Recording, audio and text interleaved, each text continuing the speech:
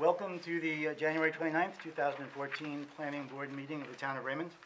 The Planning Board will come to order. The board does have a quorum, and we'll start with roll call. Steve Lanay. Robert O'Neill. Bruce Sanford. Bill Priest. Greg Foster. And tonight from staff, we have Mary Costigan for our legal. Jim Seymour is our town planner. Stephanie Carver is our planning consultant, and Chris Hansen is our code enforcement officer, and Danielle is going to be recording. This is a public proceeding, and unless the board specifically votes to go into executive session, you have the right to hear everything that is being said and to look at all of the exhibits that are presented. Please notify the chairman if you are unable to hear or see. The board works from a published agenda, and we will be considering tonight's items in the following order.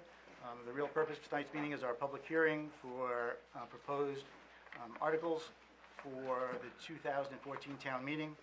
Following that, we have some regular meeting items to discuss. Just a little as an introduction. The purpose of the hearing is to invite testimony from members of the public regarding proposed warrant articles to be presented to the selectmen for consideration at the June 2014 town meeting. The planning board will hear testimony from persons present who wish to speak for, against, or neither for nor against the warrant articles to be heard today. With the leave of the chair, the planning board members may ask questions of any person testifying today. Other questions are not permitted. Whether or not you testify, you may submit written testimony to the planning board. Please be mindful that testimony is public and is available to all once it is presented. Written testimony will be distributed to the planning board members, and we have received copies of all of the correspondence that you have sent in to date. Persons testifying at the public hearing today are advised that the hearing is being broadcast and a permanent video recording is being made of the proceedings. If you wish to testify, please wait to be recognized by the chair, proceed to the podium, state your name and address, and then your remarks. Testimony will be heard in the order listed on the agenda. In order to ensure that everyone has the opportunity to speak at tonight's hearing, those speaking will be limited to 5 minutes. You will be advised when you have 1 minute left. Please be respectful of the board and others who wish to speak by wrapping up your remarks at that time. Please focus your comments on the specifics of the warrant article being discussed and try to refrain from repetitious and irrelevant testimony. We are here tonight only to discuss the proposed ordinance amendments. We are not here to discuss any pending or proposed projects that may or not be impacted by the ordinance amendments. The planning board will consider each article separately. The article will be summarized by staff, and members of the planning board will have an opportunity to further that discussion or ask questions of staff. The chair will open the floor for comments from those present concerning the article under consideration. Once the public hearing for an article is closed, the planning board may make minor changes to the proposed warrant articles or maintain the current language. The planning board then has 3 options with respect to the warrant articles under consideration this evening. Option number 1 is the planning board can recommend the warrant article to the Board of Selectmen for consideration to be presented at the town meeting, recommending enactment of the amendments. Or the planning board can recommend that the warrant article proceed to the Board of Selectmen for consideration to be presented at the town meeting, recommending that the amendments not be enacted. Or the planning board may vote to table the proposed warrant article for further study. And I'd just like, as we get a little bit further on, let's have a few more comments on one in specific. But we will start tonight with proposed article number 1, the land use map, and Chris Hansen, our code enforcement, will introduce the reason and purpose why we are for the warrant. Chris? Good evening, everybody. The proposed changes to the land use regulation map are to meet Maine Department of Environmental Protection standards. Currently, we have listed Panther Run as a stream on our land use map, and the DEP classifies it as a river, so it should have the same protection as a great pond and have the shoreline zone encompassing that river. Currently, we have it shown as a 100-foot setback. The proposed change will put it into the LLR1 district, which it was prior to the change in 2010, 600 feet from the high water of Panther Run. Thanks, Chris. Does the board have any questions? Okay, at this time, I'll open the public hearing for Article 1, if there's anybody that wishes to speak. Okay, seeing none, I will close the public hearing on Article number 1, and back to the board for a motion. I move we accept the proposed change as written and have it submitted to the town meeting with a recommending enactment. You got it. I will move that we recommend the warrant article to the Board of Selectmen for consideration to present it at the town meeting and recommend enactment of the amendment. Is there a second? Second. Any discussion? All those in favor? Opposed? Motion carries.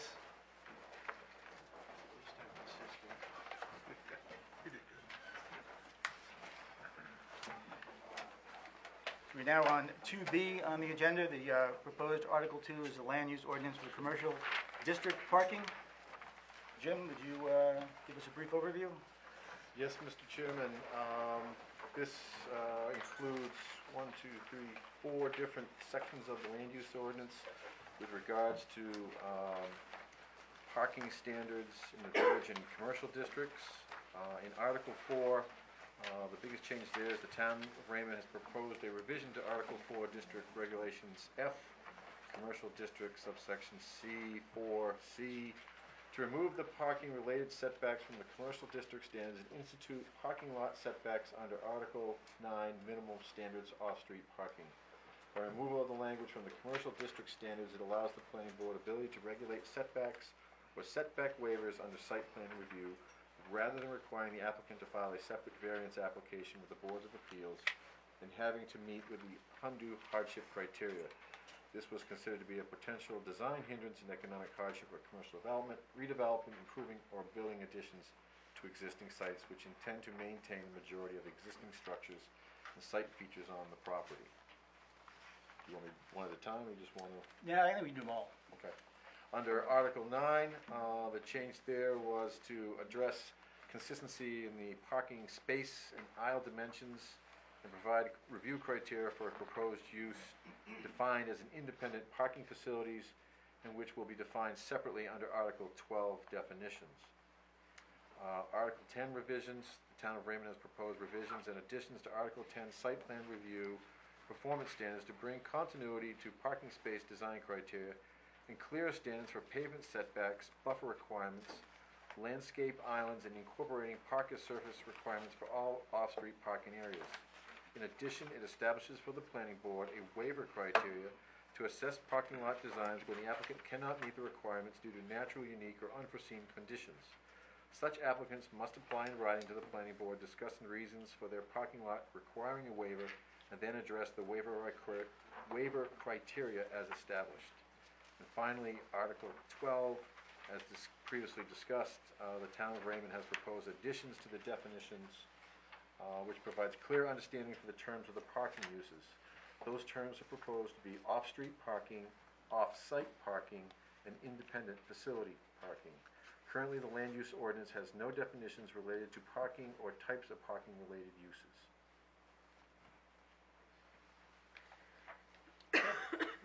Thanks, Jim. Are there any questions from the board for Jim? Yes.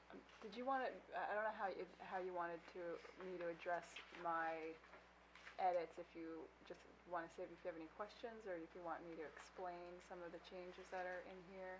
I don't know how you want to go about that. Let's wait and see if we have questions. Okay. And then we'll Yep. proceed from there.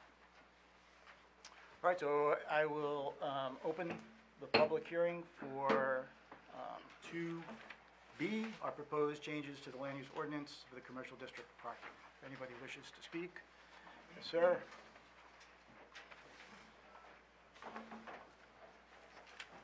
Good evening. My name's Mark Acousti. I own Speedy Stop in Raymond, next to the Raymond Shopping Center. I'm a resident here in Raymond as well.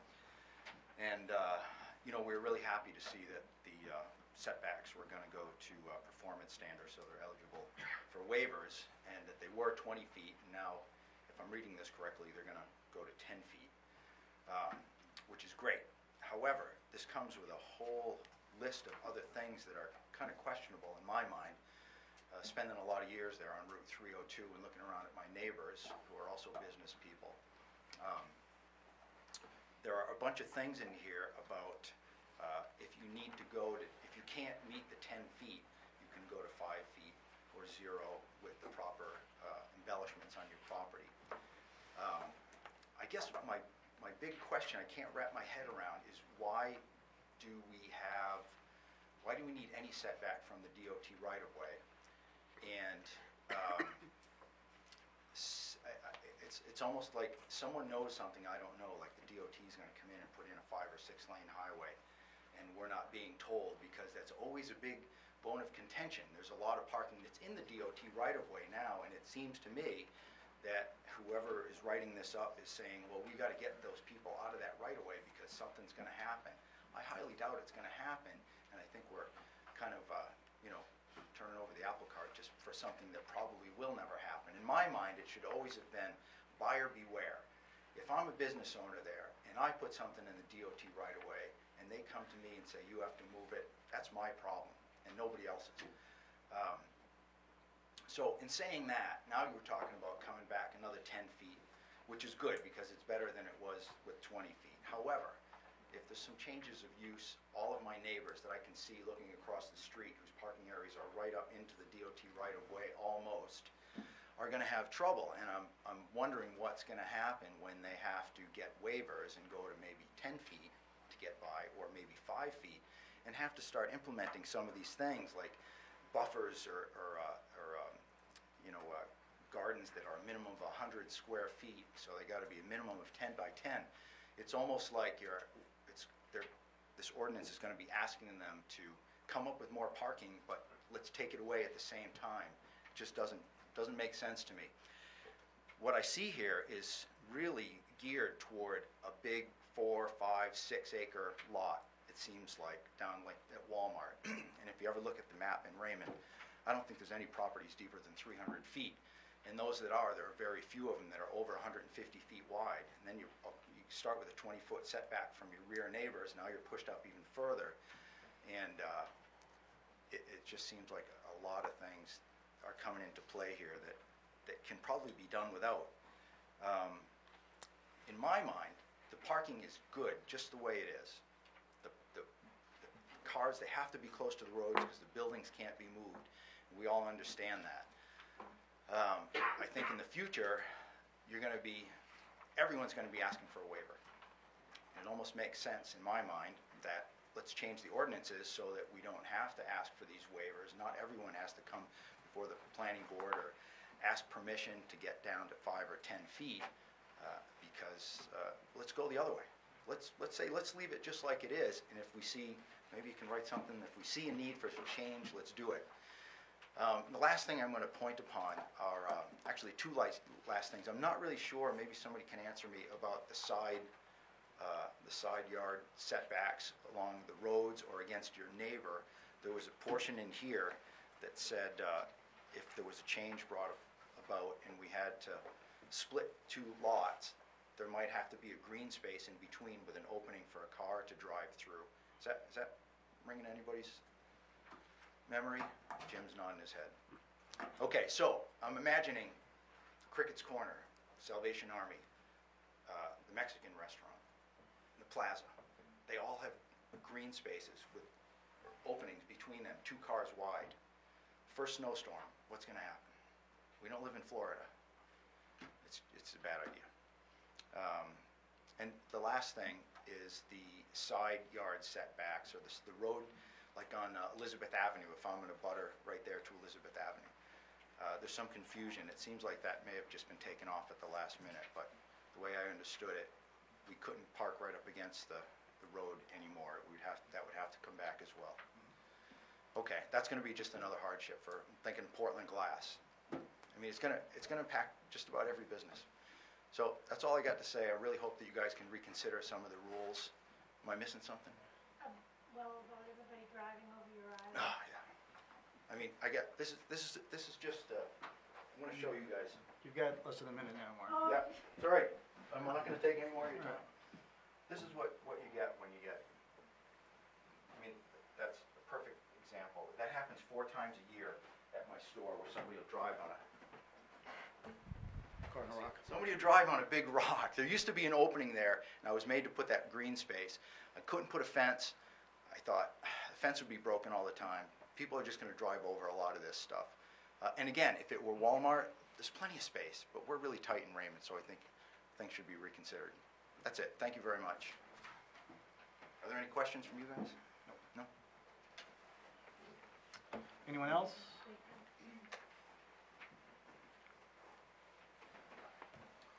My name is Rick Dodson. I live at 3 Ledge Hill in Raymond, and I'm also own commercial property on Route 302. And I'm going to address a little bit about what Mark spoke with in regards to the side yard and shared parking. And in the site plan review, it refers to a 15 feet, you need 15 feet on your side yard. Or the side yard may be reduced to 5 feet if the parking areas are planned on both sides of the common side property line. And as Mark just mentioned, that means areas like Crickett's Corner, Salvation Army. I'm just naming some of the more popular places that we all know in that area. That if anybody wanted to do anything to any one of those properties, they're going to be required to put these side yards separating their property from the property next door. And it's going to, the comp plan, the initial idea, well, one of the plans, ideas of the comp plan was to encourage shared parking and to reduce the curb cuts. And putting 5-foot strips between properties will decrease shared parking and reduce total available parking, which is limited to begin with, and any plowing, sanding, snow removal is going to be much more labor intensive, and any curbing going around these strips is going to get pretty well torn up by plowing in the wintertime. The strips are going to lessen the chance of ever reducing curb cuts and could essentially block off some properties from 302 access if a curb cut is not already existing at their property. I'd recommend that there be no strips between being required like that between the existing businesses. I also want to say that when I was on the comp plan implementation committee, I had no idea that the parking implications that these changes would have for existing businesses. I did not know that there would be a 20-foot setback inflicted on existing parking lots. The focus was that there could be denser development because buildings could be added to a 0 setback.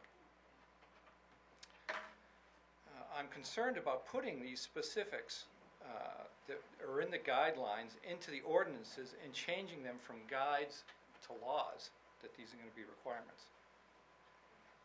That's my concern. Any questions? Thanks, Rick.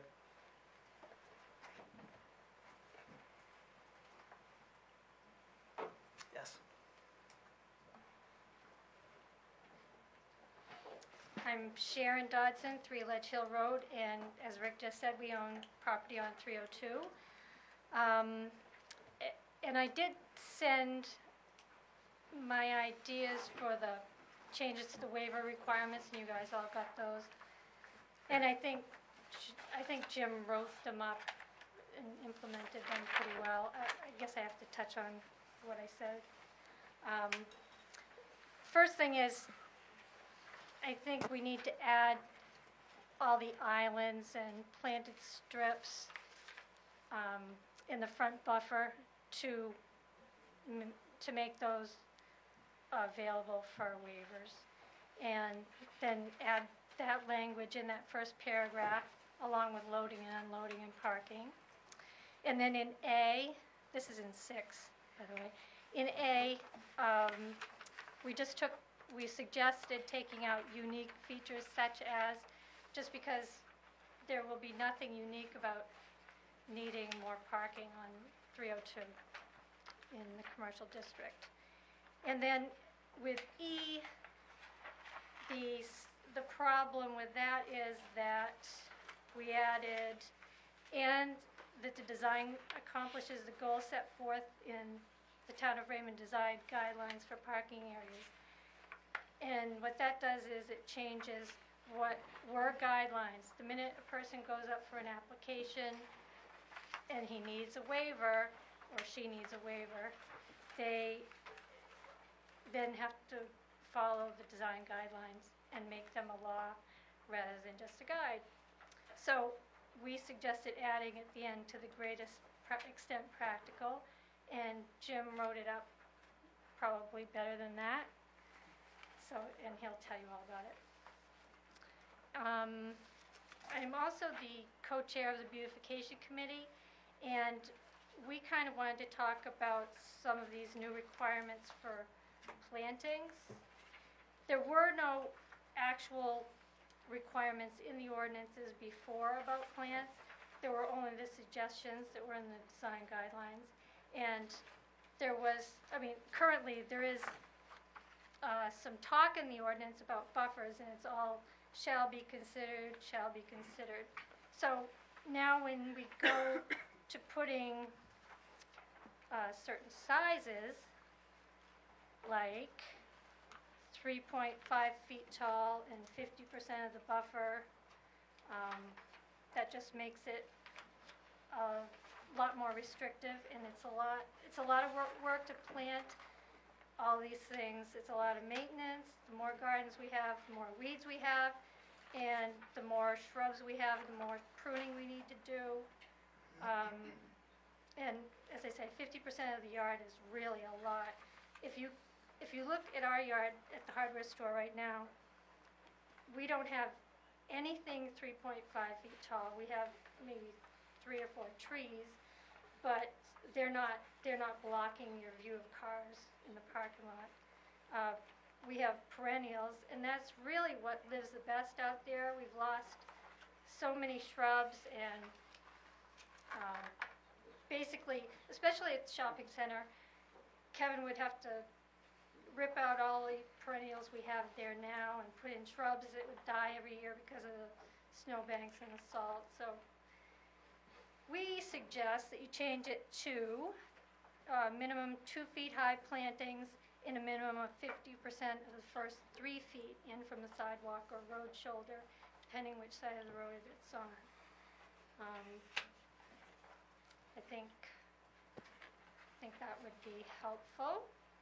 And my little question on the side yard, if you go to that Article 4C, where you took out in space and bulk, under space and bulk, the first 20 feet, at the end of that one, it says there shall be no side street setback. So if we're going to have a side street setback, we need to take that out of there too, I think.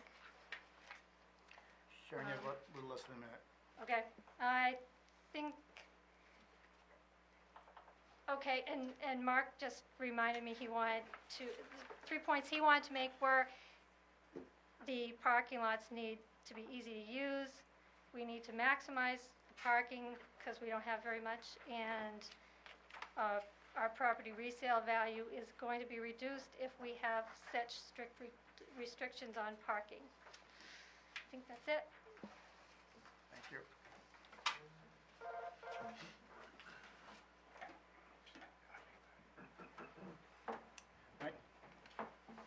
Mike is going to talk to 3 items, the next 3 items on the agenda. We're not closing the public. It's still open. Okay. Mike is just going to talk right now. I just want to introduce Mike, Vice, talking separately to each articles B, C, and D. Mike is just going to give us an overview of all 3 of those at one time. But he doesn't get 15 minutes. A little more than 5. All right, 6. Thank you, Bob. Good evening. My name is Mike Reynolds. I live at 5 Kilt Drive. I'm here to speak in favor of the proposed changes in Agenda Item 2, subsets B, C, and D, with the understanding that the language may be changed slightly after this public hearing. I also think there may be need for more changes down the road as we better understand the impacts of the 2004 Raymond Comprehensive Plan and the 2009 Raymond Design Guidelines and Standards. I was a member of the Comprehensive Plan Implementation Committee. It was our job to sift through this 140-so page document and bring it from a goal or a plan and put forth ordinance recommendations that would be voted on at town meeting. We did this by taking the policies and strategies action matrix from the comp plan and breaking it down into high, medium, and low priorities. Then, over the next 5 years, we held public hearings and brought 5 to 10 items per year to town meeting to be voted on, including the Raymond Design Guidelines. In the end, I think about 75% of the proposed town meeting items passed. So just because it was a strategy in the comp plan doesn't mean that the town chose to put it into action. More on that later. I want to take a moment to take you back to when the comp plan and the Raymond Design Guidelines and Standards were being put together and compare that a little to what's going on today. I will use some information from the 2014 Maine Economic Forecast presented on the 7th of this month by Dr. Charles Colgan of the USM Muskie School and the Maine Center for Business and Economic Research. In Dr. Colgan's annual forecast, he was optimistic about Maine's future, but he sees some changes to our economic landscape compared to what we had come to expect before the recession of 2007. Dr. Colgan sees slow, steady growth for Maine as we look toward the end of the decade. This growth will be different than the growth we're used to seeing, however. The two biggest reasons: changes in our population makeup and changes on how we buy things. Dr. Colgan chuckled when he said that the U.S. Census had Maine grow 197 people in 2013. He followed that up by noting that Maine's population has been basically unchanged for 6 years. When we look to the future, as the oldest state in the nation, deaths will outpace births in Maine within the next couple of years. So the only way we're going to grow our population is through net in migration. As for how we buy things, we've seen an end to the big box store expansion of the 90s and early 2000s. In fact, we are now seeing a retrenchment as retailers experience consolidation in Maine. In addition, by 2017, Dr. Colgan predicts that Maine will see 30% of its retail sales online. That's up from single-digit purchasing online only a decade ago. The current and forward-looking forecasts in population growth and retail purchasing form a very different picture than when the comp plan and the design guidelines were being considered in the early to mid-2000s. When we were forming these documents, Raymond did not want to become an extension of Wyndham's commercial strip. We wanted folks driving down 302 to know when they got to Raymond.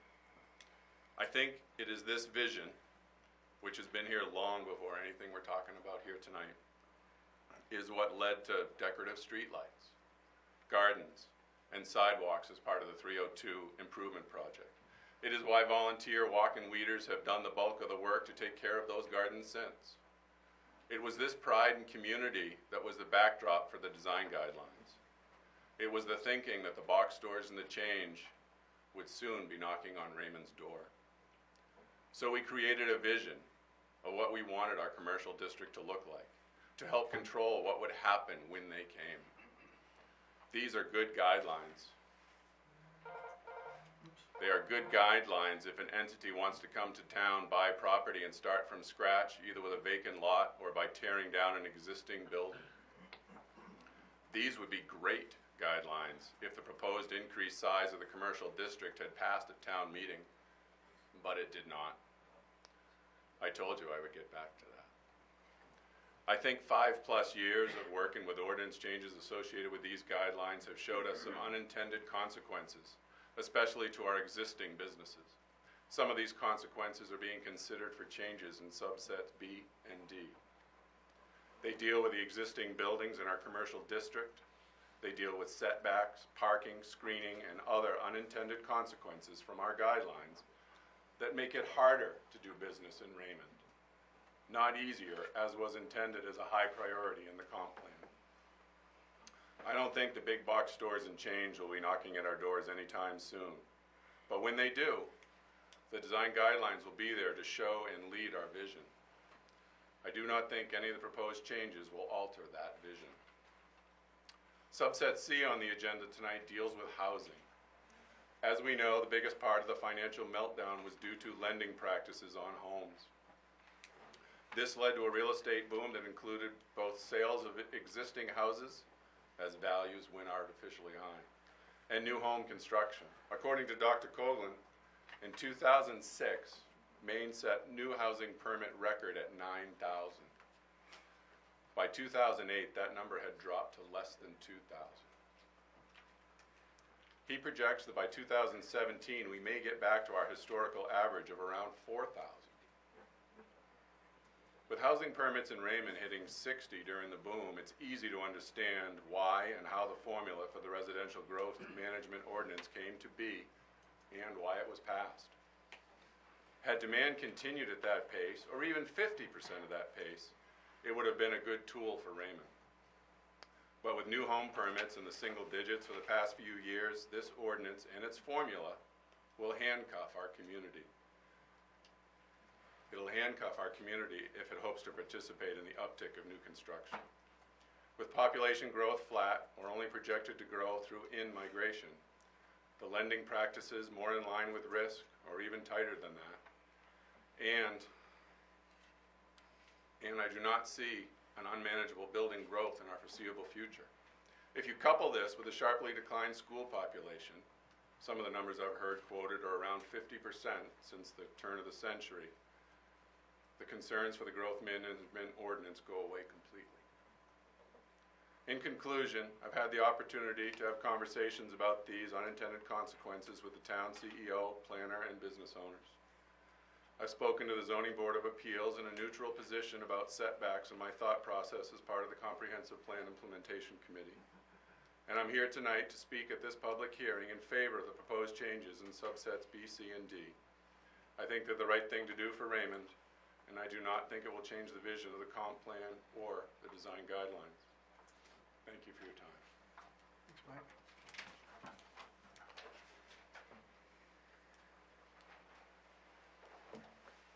Is there anyone else that would like to speak? Yep.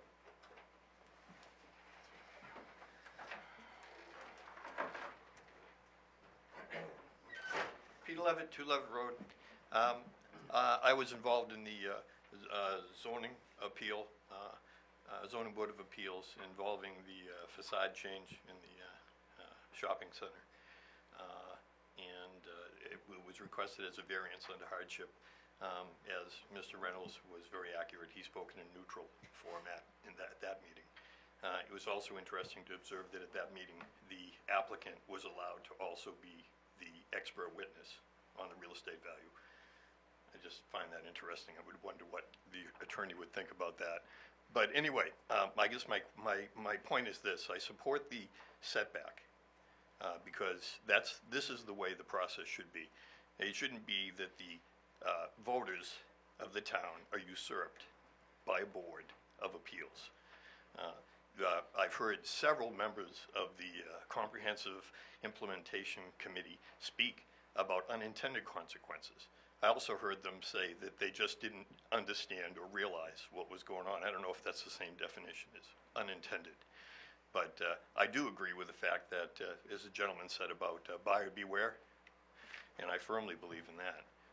As far as driving over rocks or green spaces, I would say that I believe this board heard in a site plan review on that proposal for the facade change was that these aisle parking, that floating parking is a danger. And anybody that has been in a shopping plaza parking lot that has aisle parking floating in the middle of the parking lot understands that pulling out or backing out is a danger. I believe that was addressed by the former chair as a concern, but it never surfaced again. So I guess it cuts both ways. You don't want to be driving over rocks. You also, in a limited parking area, having floating parking spaces in the middle of the lot seems to me to be a danger. But I do support the setback issues. I guess just one question to the chair. Could I speak to all of the other articles now? Ooh. No, that's all right. That's okay. I'll speak as they come up. It probably would be better, Peter. Okay. Even if I have to go somewhere? That way we keep it kind of, I hear you. you know. Yeah. All right, is there anybody else that would like to speak on the commercial? Yep.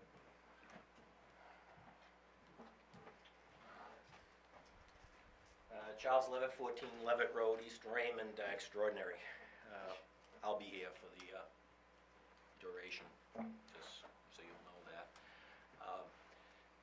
The history that you were given just recently about these particular guidelines that came into effect both by the comprehensive plan in 2004, which I sat on, I was a selectman in the town of Raymond, and then the comprehensive plan implementation committee that culminated in these first guidelines that now you're addressing with these changes it occurred in 2009, so it was scant 4 or 5 years ago.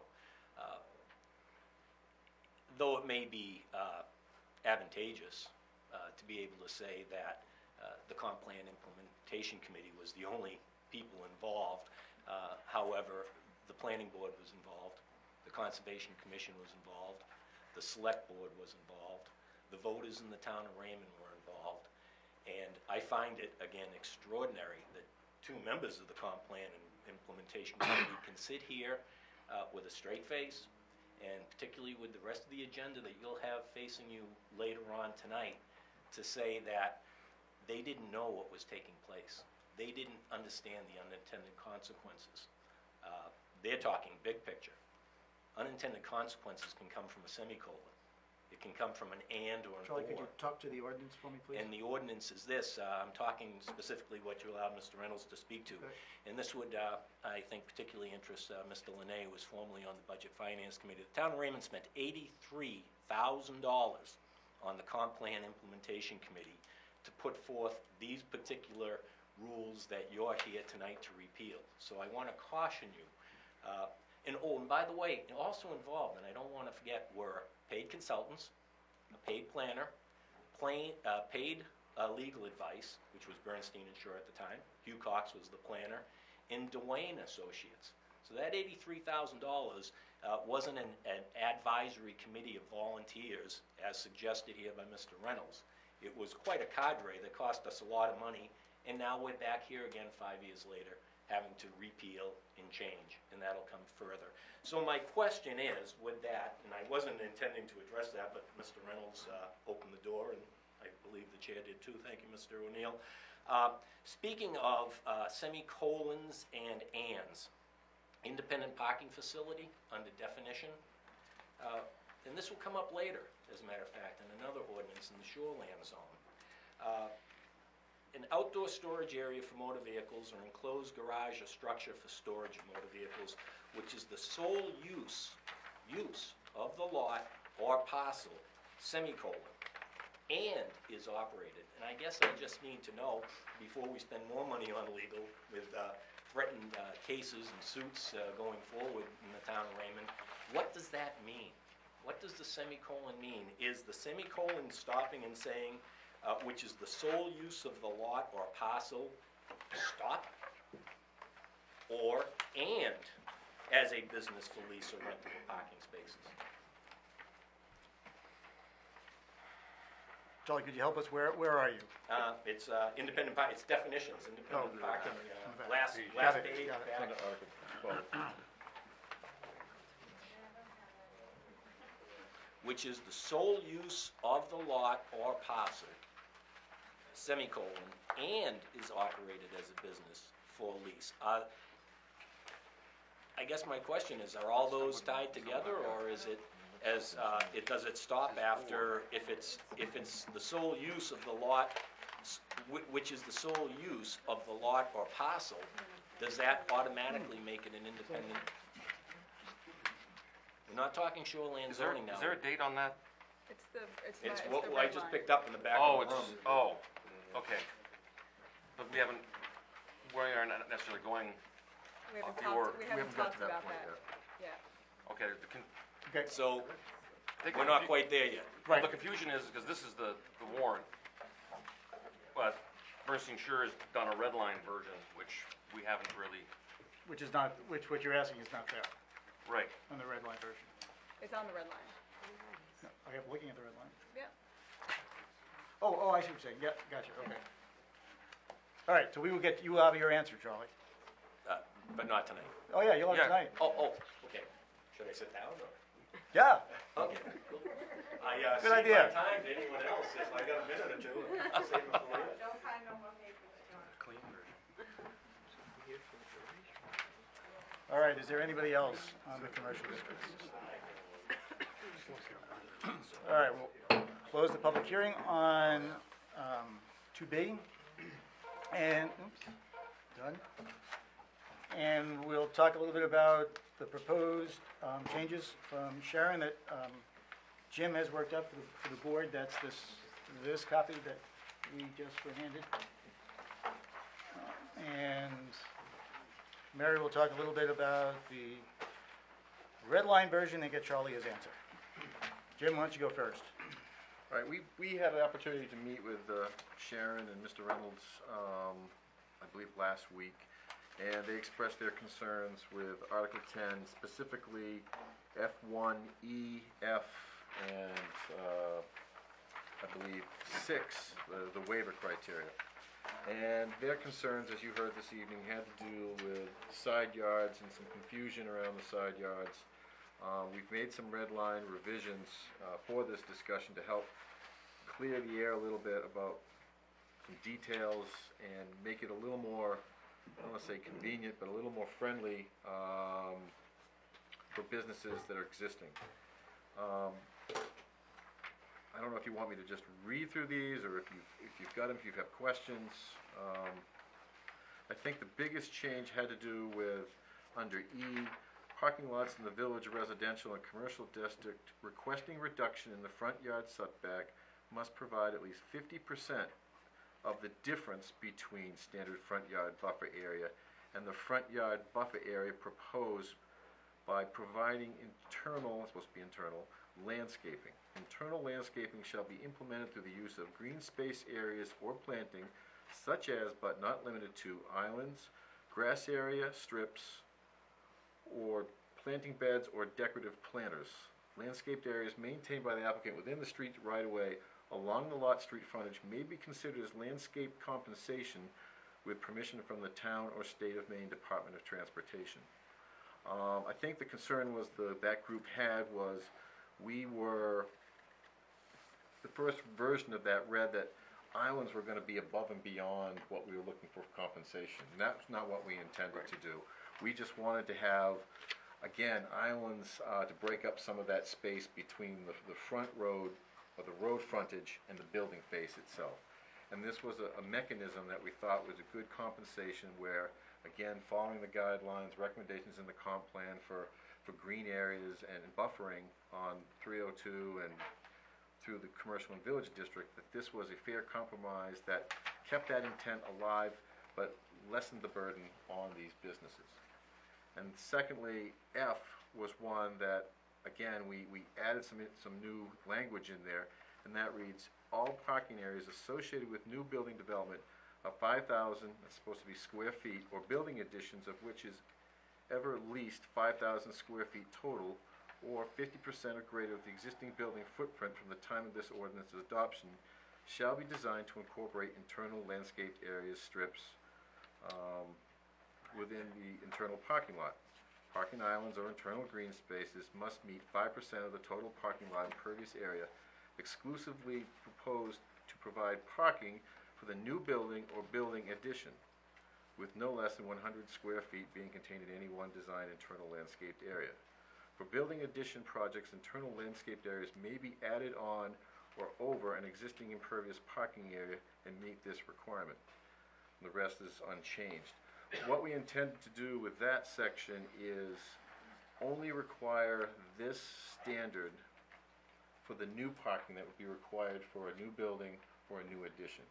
In other words, the existing parking lot could remain the same, but the parking lot that would have to be amended to meet the parking standard for an addition would have to meet the island standards if it was over 5,000 square feet or greater than 50% of the existing footprint.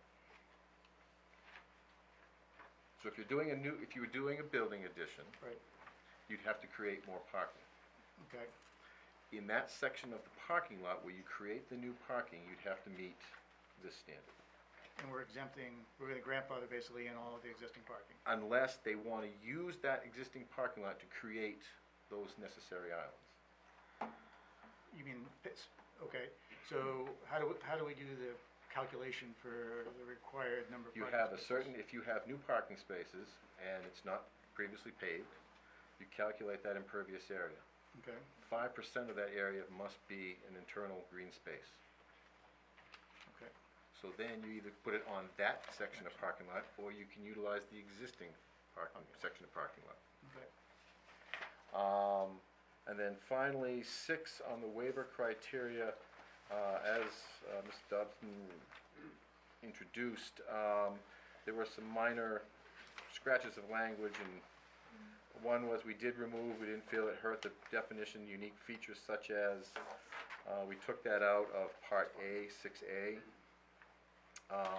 And again, the biggest change came to E, which everybody seems to have concerns with the guidelines, and that reads now, the approval of the requested waiver is based on evidence of need provided by the applicant, and by evidence showing that no feasible alternative is available to accomplish the applicant's parking requirement or immediate parking needs, and that the design features as proposed, considered goals set forth in the Town of Raymond design guidelines for parking areas, and to the greatest extent practical, apply those recommendations.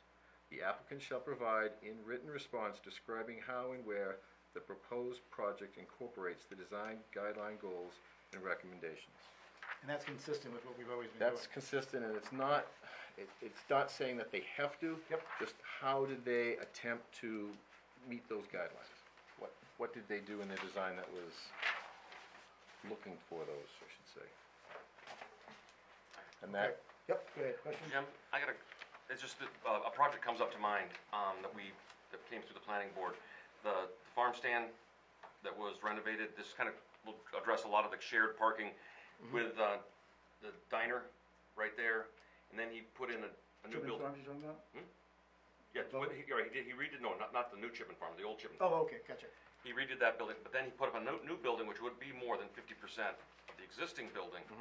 How would this have impacted that project?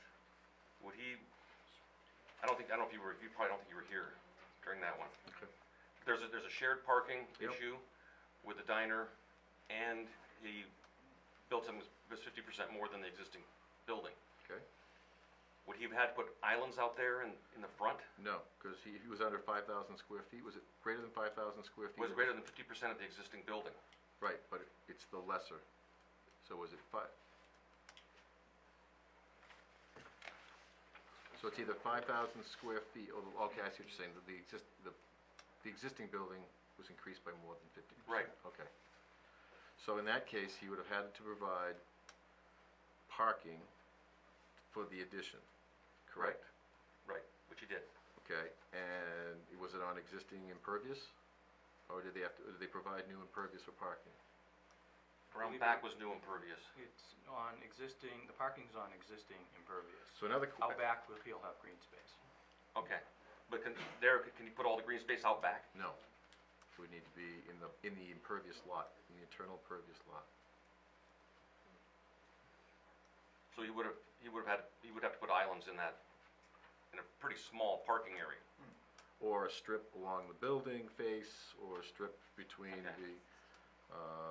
There was green space between the new building and Mr. Grant's property next door. There is a green strip there. Okay, right. So he may be able to use that strip to do plantings. in But there. that's not in the impervious area.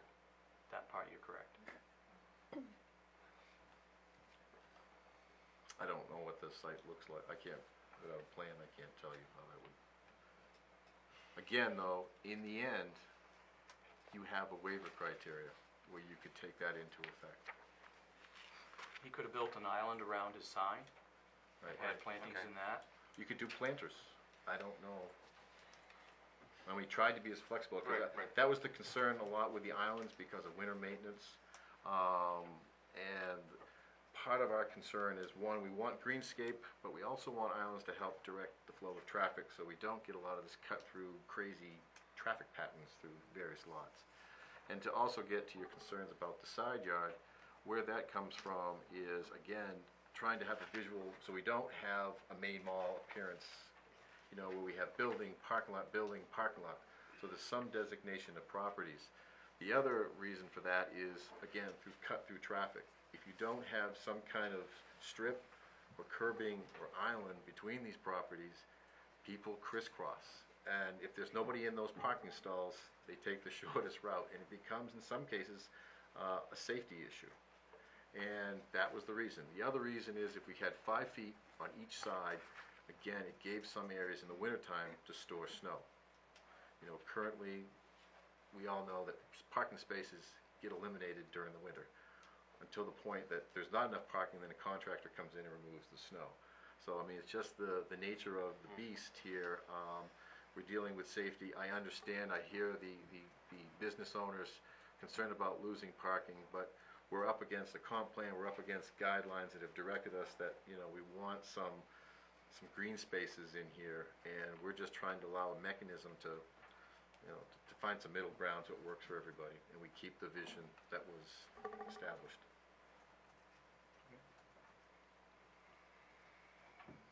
Anyone else with Jim's revisions? All right, Mary? Okay, so I went through these with the eye of just trying to have some clarity and to see what things jumped out at me as maybe causing problems in the future in terms of understanding what the purpose is. So, I don't know if it's probably easiest just to go through the beginning. So the independent parking facilities section, this does, so I'm on page 3 of 8. Okay. And Right, I'm trying to. Gotcha, okay. that, the first part that's crossed out seemed to be, belong more in a definition. So, it didn't really seem, it seemed confusing to have it in the body and then have a definition. So the definition, if we want to go there, we can talk about whether it should be a comma or a semicolon. All right. So just for clarity, and I did in reviewing this, had some questions and talked to Jim and tried my best to interpret what your goals are. So, you know, if anything's wrong in here, let me know, but that was the point of the exercise. So it's an outdoor storage area for motor vehicles or enclosed garage or structure for storage of motor vehicles, which is the sole use of the lot or parcel and is operated as a business for lease or rental of parking spaces. This definition includes areas such as tow yards or compounds not associated with a garage or vehicle repair use. It's just a cleanup of language, really, and it is supposed to be, and means and, whether it's a comma before that or a semicolon, you know, we can change it to a comma. But it's the sole use of the lot and is operated as a business for lease or rental. It's to distinguish it between a lot that is either associated, a standalone lot that's associated with with an operation that's not leased out. So,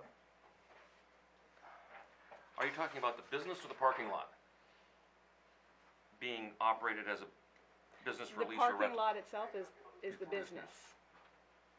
So it's an independent parking facility. So it's it's the business itself. yeah, the use of the lot is a parking lot, and that's the business. So you have the attendant out there that people pay to go into the lot.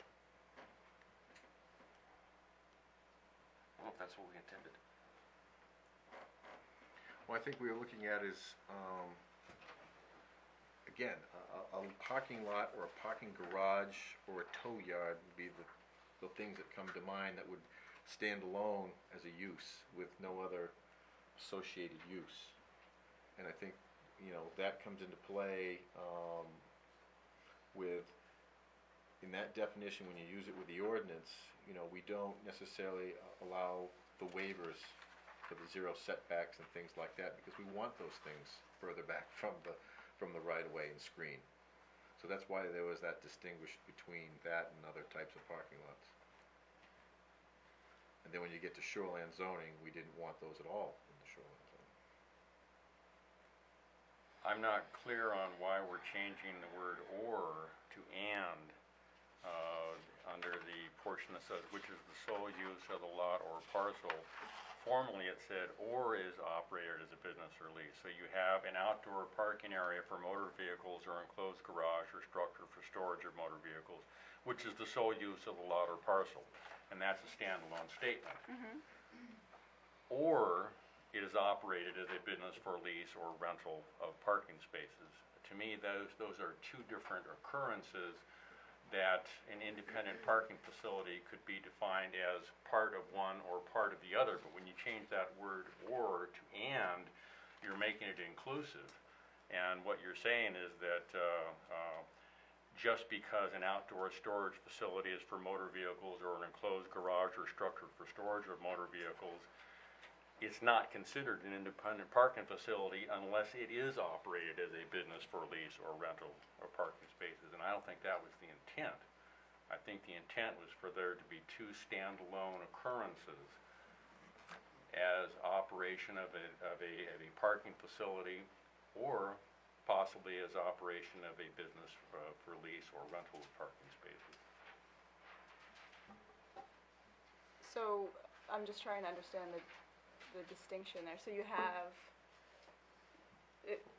so if you have a difference between, so what's the difference between a lot that is, so on one hand, you would have, it would be the sole use of the lot or parcel, and the or comes after that.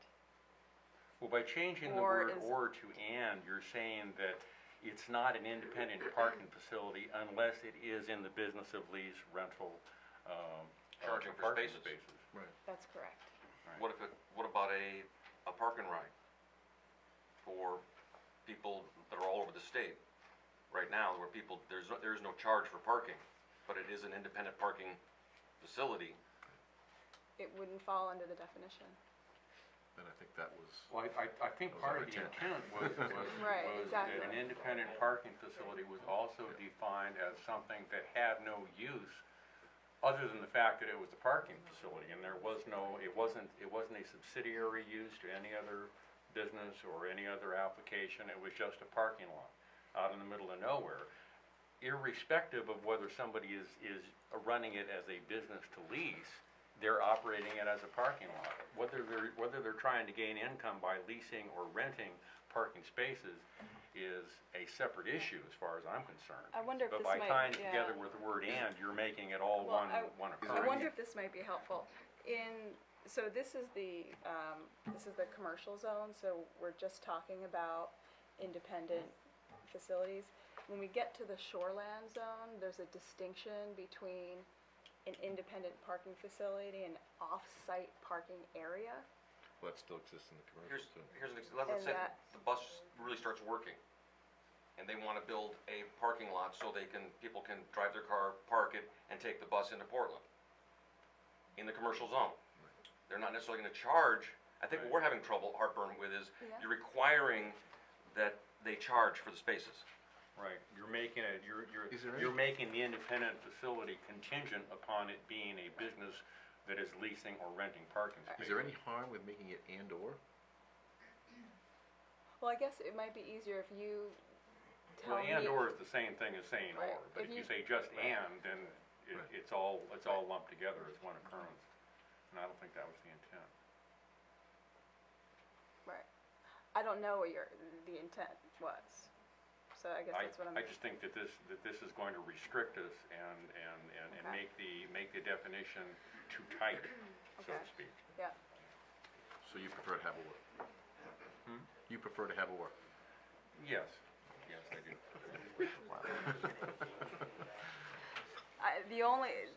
the only reason I hesitate with the definition, if it says or, that means you're calling an independent parking facility in an outdoor storage area that is operated, that is the sole use of a lot or parcel, period, regardless of whether it's operated as a business for lease or rental.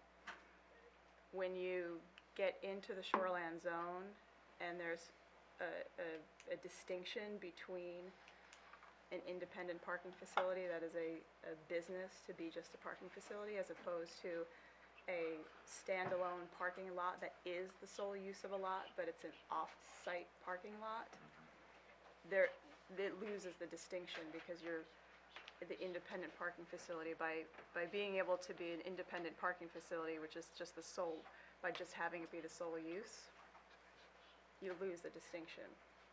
You know what I'm saying? It's just,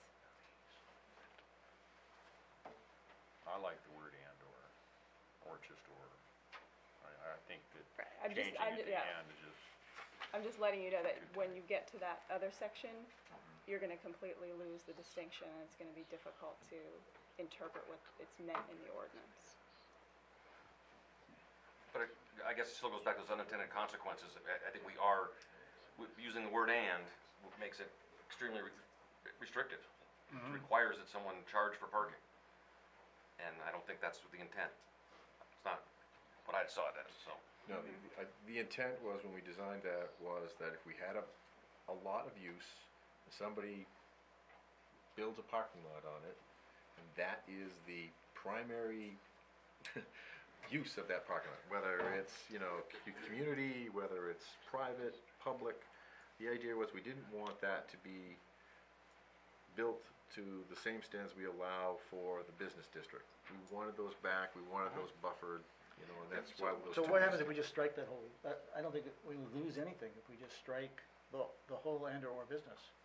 We just take out is operated as a business for lease or rent of parking spaces. If that doesn't Yeah. change anything, Well, the only thing is, and keeps. right, it will be different in the shoreland zone. If you want to have a distinction between the two types of lots, Right, you'll have to revisit this definition. yeah, or change, or slightly change the Only name. because in the shoreland zone, it prohibits Right, independent parking Yep. facilities, so it just, and it's fine to have two different definitions in So two we may different just have to do that, ordinances, yeah. but Yep. just to think about it when you get But- there. is that, why don't we just strike that last part for right now? Is that, and I think that, Strike which part? we just take this out, I mean, not even worry about the end. Just take stay at rid the of sole all of this use. business stuff out of here. Yeah. so how do you want it to read? Would you read the paragraph the way you want it to Just read? ends right at parcel, which is the sole use of the lot or parcel, period, Right, yeah. right? And then it's irrespective whether they're renting it or not. Doesn't matter. Yeah, I agree with that. You're striking the last sentence as well? Put a period after the word parcel and strike "and Yeah. is operated as a business for lease for rental of parking space." What about the last sentence? Right, that probably could still stay, I don't think it, do you see that in conflict? No? No, I I just think, wondered if yeah, something- no, I alright. think it's fine. Just strike that a little bit.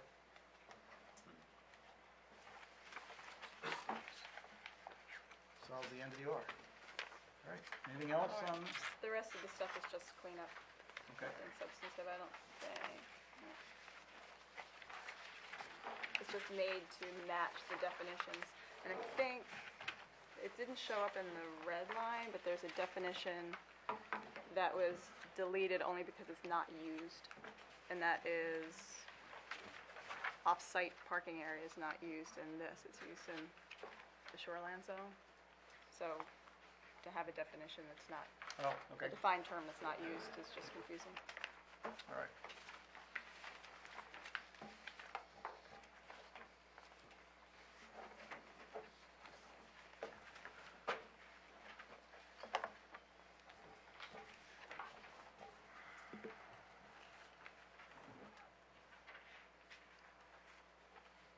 You okay with the definition?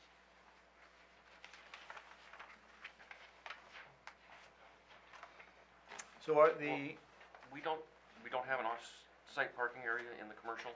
Well, that's what I was just thinking. So what you're, by striking that definition and it not occurring in there, you're saying that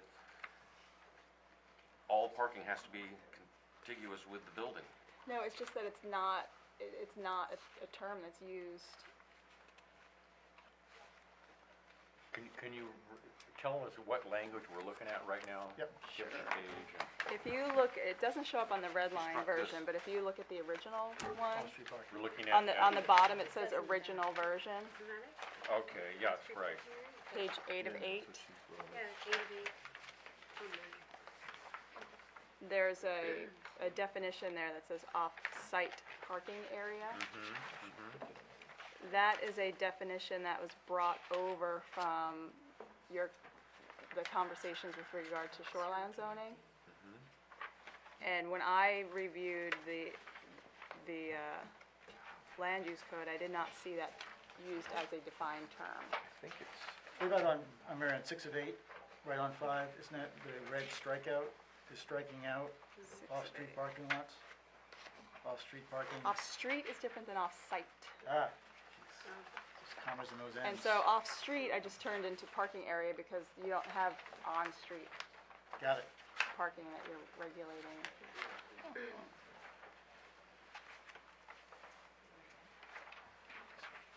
Oh, I see what you did, okay. All right. So you're basically just striking the off-street Okay. parking Yeah, I'm language making- I see. and including it Okay. into parking surfaces, Right. paragraph Now 5 I'm just- Right. implicitly, Yeah, so parking areas includes every type of parking every area. type of parking. Right, you make a clear distinction in what is an off-site parking area in the shoreland zone, and there's an impact and a meaning to that, because it matters there. It doesn't matter here, parking area is a parking area, and it's all treated the same. But there's a reason why there's an important distinction in the shoreland zone with off-site parking. And we still have a definition of off-site parking in the shoreline zone? Yes, Okay, so this exactly. does not strike that. That's correct. This is, you're right, we haven't gotten there yet. Right. well, we will. Yes. That's just a question for the chair. Are these changes so significant Oh, that was my next question. Good question. that this is dead in the water for this year? I'm gonna pass that one over to Mary for see if we can get, I know, we've talked about this on applications, when we make, when an applicant comes in with a significant change, Yep. that it kicks in another public hearing process. Is there some sort of threshold that we have to use in the articles that would kick in and say the changes are so significant that we would need to re-advertise, have another public hearing and pass it at that time? Which changes are you talking about? The Just my J- red lines or the Well, ones that? combination. Not your, well, combination of both, in this case, Right. combination of both. but- Yeah. I mean, I'm not familiar with the substance of Jim's changes. My changes are not intended to be substantive. They're Yeah. intended to better characterize what you've talked about all along. And so, really, the test to think about, and it's hard to put a definition on it, but the test is if a member of the public is reading the notification for this meeting, and they're reading the article and what's generally going to be spoken about, is that what is being spoken about at this meeting, or are they missing out on something? Is the person who's at home, who decided not to come to this meeting, are they missing out on something that is brand new that they should have been, that they had no way of knowing would ever come up at this meeting? In other words, if we were sitting here and someone said, while we're at it, I'd really like to talk about section 7, when really we're all talking about a 6. And so it's that kind of, It's a subjective juggle. is what it is. it's hard to define, but that's kind of what's a substantial change, and it relates to the public notice aspect of it. Were they given the opportunity to come here and talk about that change? They're here in the room, we're talking about the change. Now that you've talked about some changes, you may want to ask people if they want to speak to those changes while they're here. Okay. But I'm not familiar enough, again, with the substance of those changes and whether, in your opinion, someone would be alerted to that subject matter through the notice that they received 2 weeks ago. So since we've been talking about this for about 20 minutes, most of Raymond is probably tuned in on CCTV. No one has shown up, so Right. I'm assuming we're not catching anything. Okay. Yep. Oh, yeah. Well, you're making this up. Yeah, that's true, very true. All right. I think that gets our answer. I don't think we've made any significant changes. So you're gonna open it up for, Well, all of the changes, I think, that are made or incorporated in that we have talked about, with the exception of Island. So no, I think we're all set. Are there questions on any of the changes? You guys Greg? Well, I'm concerned about the islands. I don't know when we Yeah, we are. cover that, but these people own buildings and parking lots. I don't. I have no sense about the issues that they mentioned. And I think they're significant, and I think we need to look at them. I think we need to, I don't know, table whatever part of that ordinance we're changing so we can address those concerns. Well, you have to table the whole ordinance, or, You may need to do that. okay, I think the changes that we made allow the board to waive that right, it's waiverable. islands completely, And so. we gave more options And for, we gave in more lieu of options. islands. So I would think that because it's gonna be at the board's discretion, whether they're required to do islands or not, it's a waivable, item. So Greg, I think that answers your concern that if, one of the commercial property owners, can't meet the design guidelines and provide the internal green space, you as a board have the ability to waive that. It's the way I understand the way we've written it.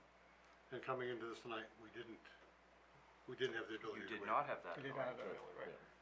As of right now, you don't have. When that. we added the word greatest practical extent to the waivers, you're supposed to, use those as a guideline, but if it's impossible to meet it on some of these properties, which it is, clearly, you'll have the ability to address it at the board level rather than having them, address it at the Board of Appeals for variance hardship.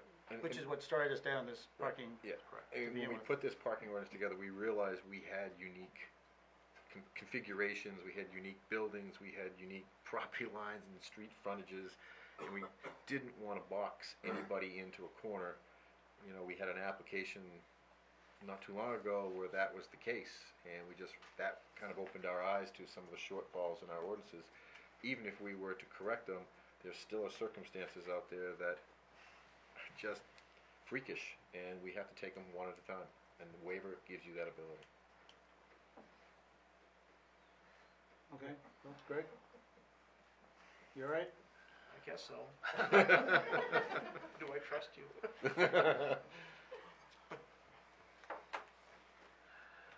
All right, then let's, we have a motion to proceed. Trying to think how to phrase this. Where's your little? There you go. I move that we recommend the warrant article to the selectmen for consideration to present at the town meeting, with the caveat that the red and blue language discussed tonight be incorporated into the warrant article, with the exception that under independent parking facility, we are striking the part of the line after which says, which is the sole use of the lot or parcel, period. And that remains, and then the wording that says, and is operated as a business for lease or rental of parking spaces is stricken. I hope I phrased that all I think that right. sounded good. Second that. Motion has been seconded. Is there any discussion? All those in favor? Motion carries unanimous. We are up to Article 3. Thank you very much. You're welcome. The repeal of the residential growth management ordinance. I guess, Chris, why don't you give us a, Well, I'll give you the brief 30 history is, currently we have a growth management ordinance that's based on a 10-year average. And when it was, written, it decreased by percentage, to a point where the 10-year average now, for the last 10 years, for 2013, was 24.5, and 30% of that would be 8. So we're down to a number of allowed permits for single-family units in Raymond, down from an average back in the 2005, 6 era, it was up in the 60s and 70s, down to 8. And the way this was written, it can never go up. Can only go down. So I brought that to the board's attention. We talked about tweaking it. We talked about whether it did what was intended, and on advice from town attorney and after talking at the board meetings, we decided to repeal it and put in a section reserved. If it becomes an issue, we can bring it up again. I'll keep track of the annual permits and keep the board appraised at the number we're at, and the board can decide at another date if they want to reenact a growth management ordinance that actually is a better fit for Raymond, I guess would be the best way to put it. Okay. I think we're pretty much all in agreement. Is there any other questions? Okay, then I'll open the public hearing for Article 3, the repeal of the residential growth management ordinance, if anybody would like to speak to that. You're up. Another colon? Misplaced colon? Yeah. Thank you, Mr. O'Neill. Charles Levitt, 14 Levitt Road, East Raymond. Prior to Mr. Hanson bringing it to the board's attention, Mr. Levitt, as a selectman, brought it to the board's attention a year before that these rules were beginning to become restrictive, and we did not want to wait until we actually found ourselves in a position to needing to repeal it. I think this would be very useful for Mr. Foster. Again, I think this ordinance went into effect in 2006 or 7. So here we are, 7 years later, repealing en masse everything that was recommended to us, where Mr. Levitt spoke in 2006 at the annual town meeting saying, you can't control growth, you barely can manage growth. The best management of growth is the economy. So again, before we further go down the road in later discussions about taking the advice of carte blanche, without being able to speak to intent sometimes of our legal consultants and our planning consultants, maybe we ought to be using a little bit of common sense on how we go about formulating new ordinances in the language. And as one fellow commented, we just spent 20 minutes on a comma and an and. Believe me, the judicial court, Maine Supreme Court, will spend a whole lot more time and we'll spend a whole lot more money on it should we continue down this path of back and forth.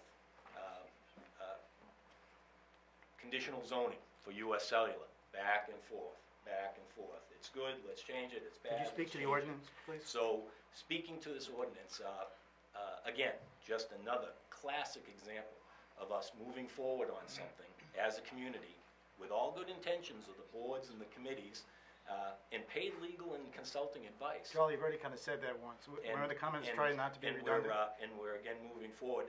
My other comment has to do with process. And this has to do with, let's say, this particular vote. Under the Land Use Ordinance, Article 7 procedure, the planning board is to submit a report to the Board of Selectmen.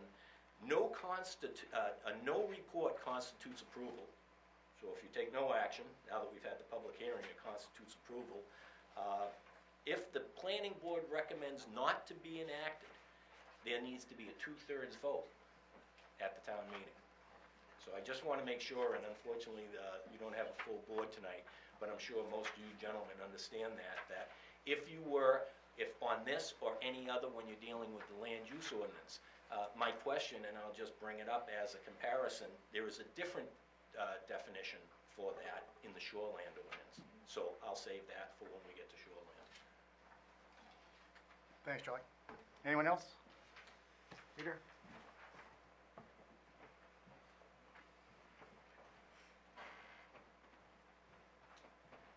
Peter Levitt, 2 Levitt Road.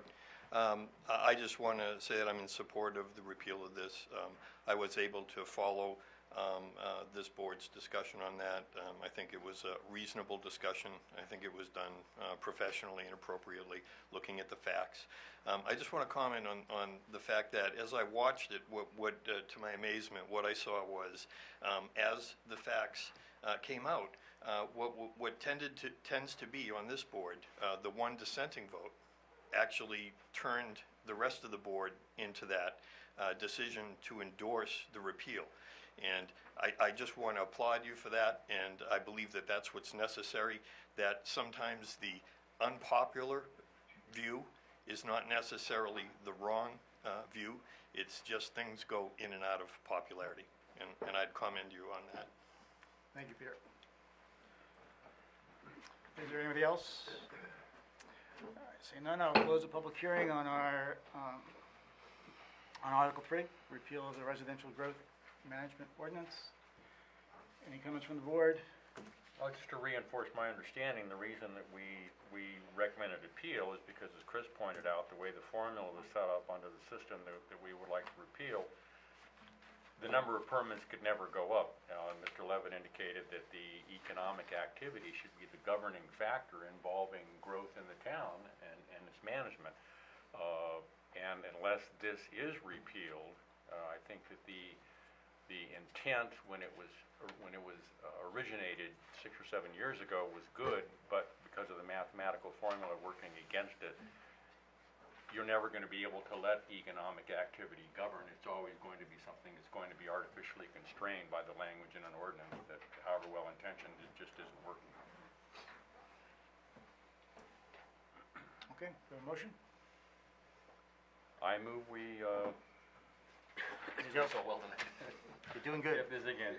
I recommend that the warrant article to the Board of Selectmen for consideration, that be presented at the town meeting, recommending an enactment of the amendment, which is actually a repeal of the article under consideration. Any further discussion? All those in favor? Opposed? Need a second? We need a second. Oh, No. no, I'll second. thank you, sorry. Thank you, Greg. Greg, second. Now, all those in favor? Yeah, opposed, motion carries. Thanks, Greg. All right. Changes to the site plan review classification. It's item D on the agenda. Mary, you kind of did this one, didn't you? I Did you did do- not do this one. You did not? Did you do this one? Chris Okay. and I Yeah. can handle it. It's yours. Mr. Chair, to Article 10 of the Site Plan Review Ordinance, the Town of Raymond has proposed changes to the site plan review classification thresholds for staff review, minor review, and major review in an effort to be more business-friendly and responsive to the concerns of business owners. Key changes adjusted the thresholds for staff review to include minimum threshold of 500 square feet of gross floor area for staff review, increased square footage of exterior building renovations from 1,200 square feet to 2,400 square feet, and increased square footage of additional or altered impervious surface from 2,400 square feet to 10,000 square feet. Under the adjustment threshold for minor review, the change would be over a 2-year requirement for alterations or additions to those that occur within any period. Increased footage of exterior renovations from 2,400 square feet to 4,800 square feet. Increased square footage of additional or altered impervious surface from 4,800 square feet to 20,000 square feet. Again, those changes were made based on what we thought were reasonable impacts for the staff to handle. Of course, with any of these, the review authority being primarily Chris and myself would have the authority, if we thought something was out of line or something was unique, or if there were waiver requests, could go to the board. Waiver requests have to go to the board.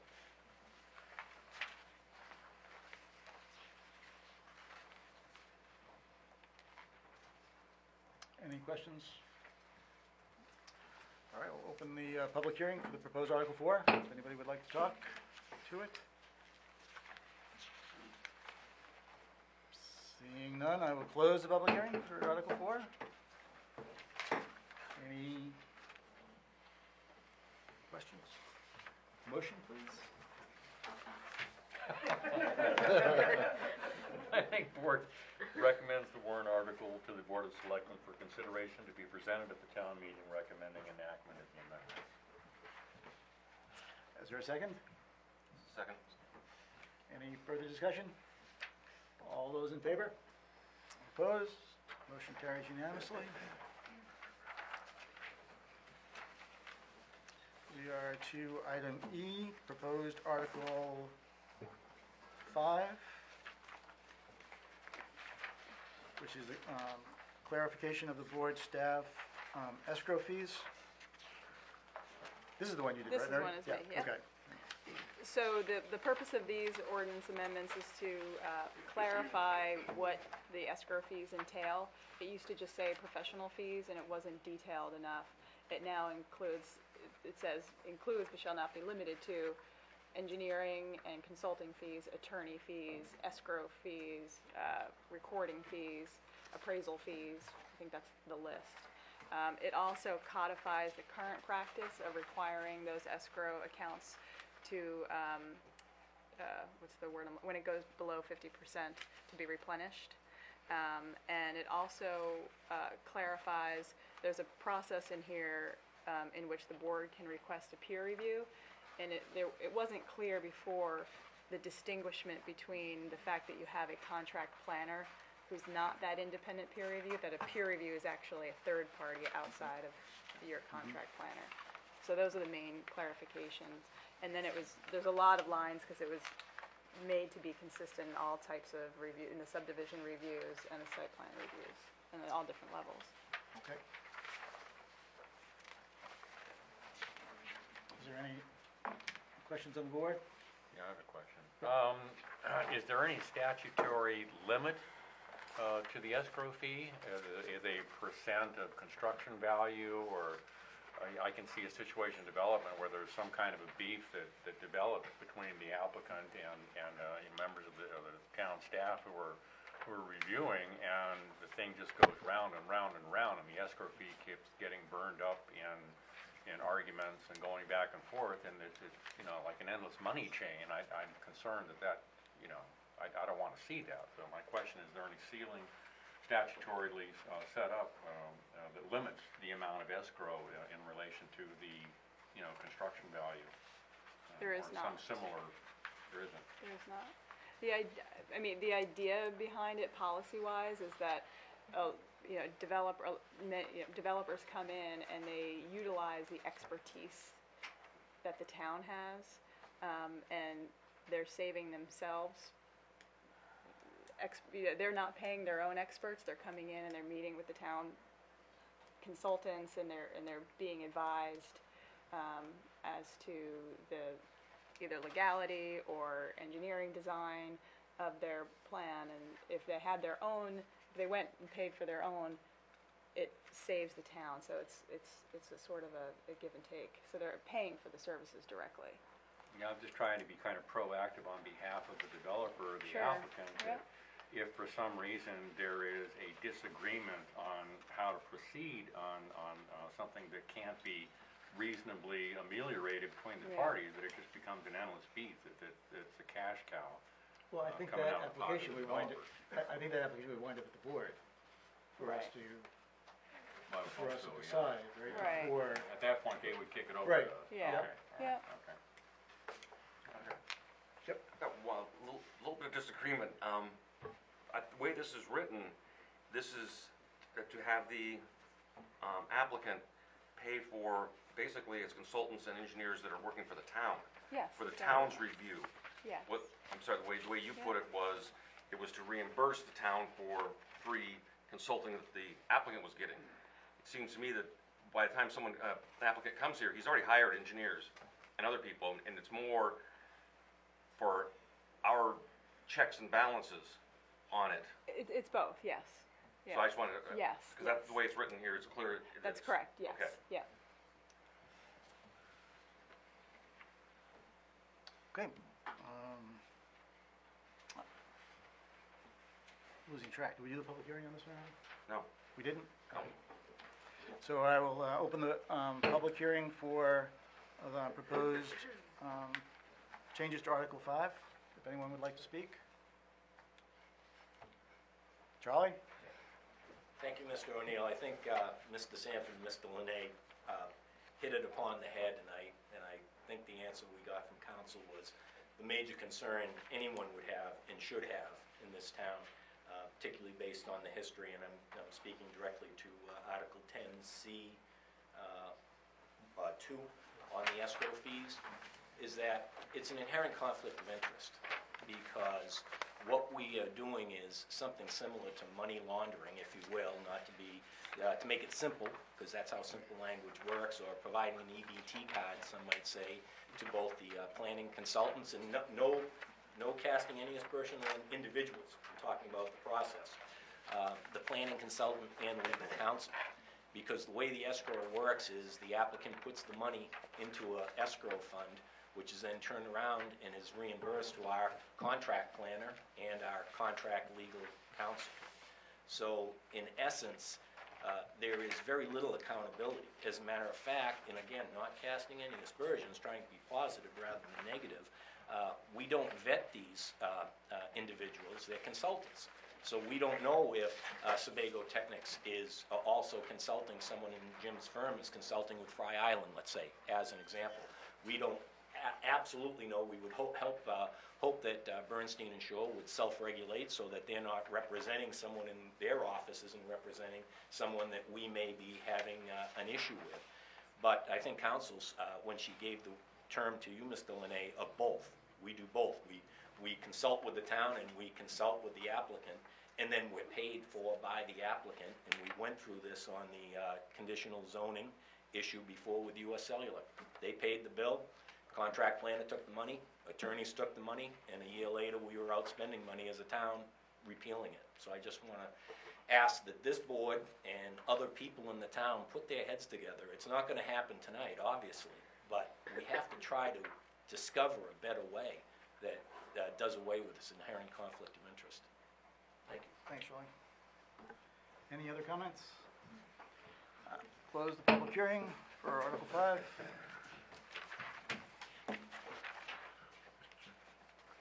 Yeah, I guess I've got a comment. I expand very briefly on what Charlie said. I share that concern. I would be much more, even though the town planner and code enforcement and our legal representative have the right or duty to come to the board if they feel there's something that they cannot iron out and throw it into our lap. There doesn't seem to be a trigger. If we're setting an escrow up front, then we must be setting the escrow amount with a general idea that that amount is appropriate historically as being able to cover a certain issue. And if the applicant is getting to the point where he's exhausting the escrow and he's not making any headway, it seems to me there should be some type of a mandatory report on that issue to the board, rather than just automatically having him just replenish the escrow endlessly. There should be some point of a trigger to the board. Perhaps it's when he reaches 25% of escrow, or when he runs out of escrow money, rather than ordering him to replenish. If he runs out of escrow money, obviously something hasn't been taken care of in agreement between the parties, and at that point, we need to be reported to. Jim, didn't we have published at one point, or didn't I see a piece of paper at one point that had the estimates associated with this? Yes, we did. We had that, didn't we? Okay. And just Go ahead. to go back on one comment, I think when legal was saying that we consult with applicants and we consult with staff for the town in both cases. Right. We consult for the town to advise you on how you should review things, probably more from a legal standpoint.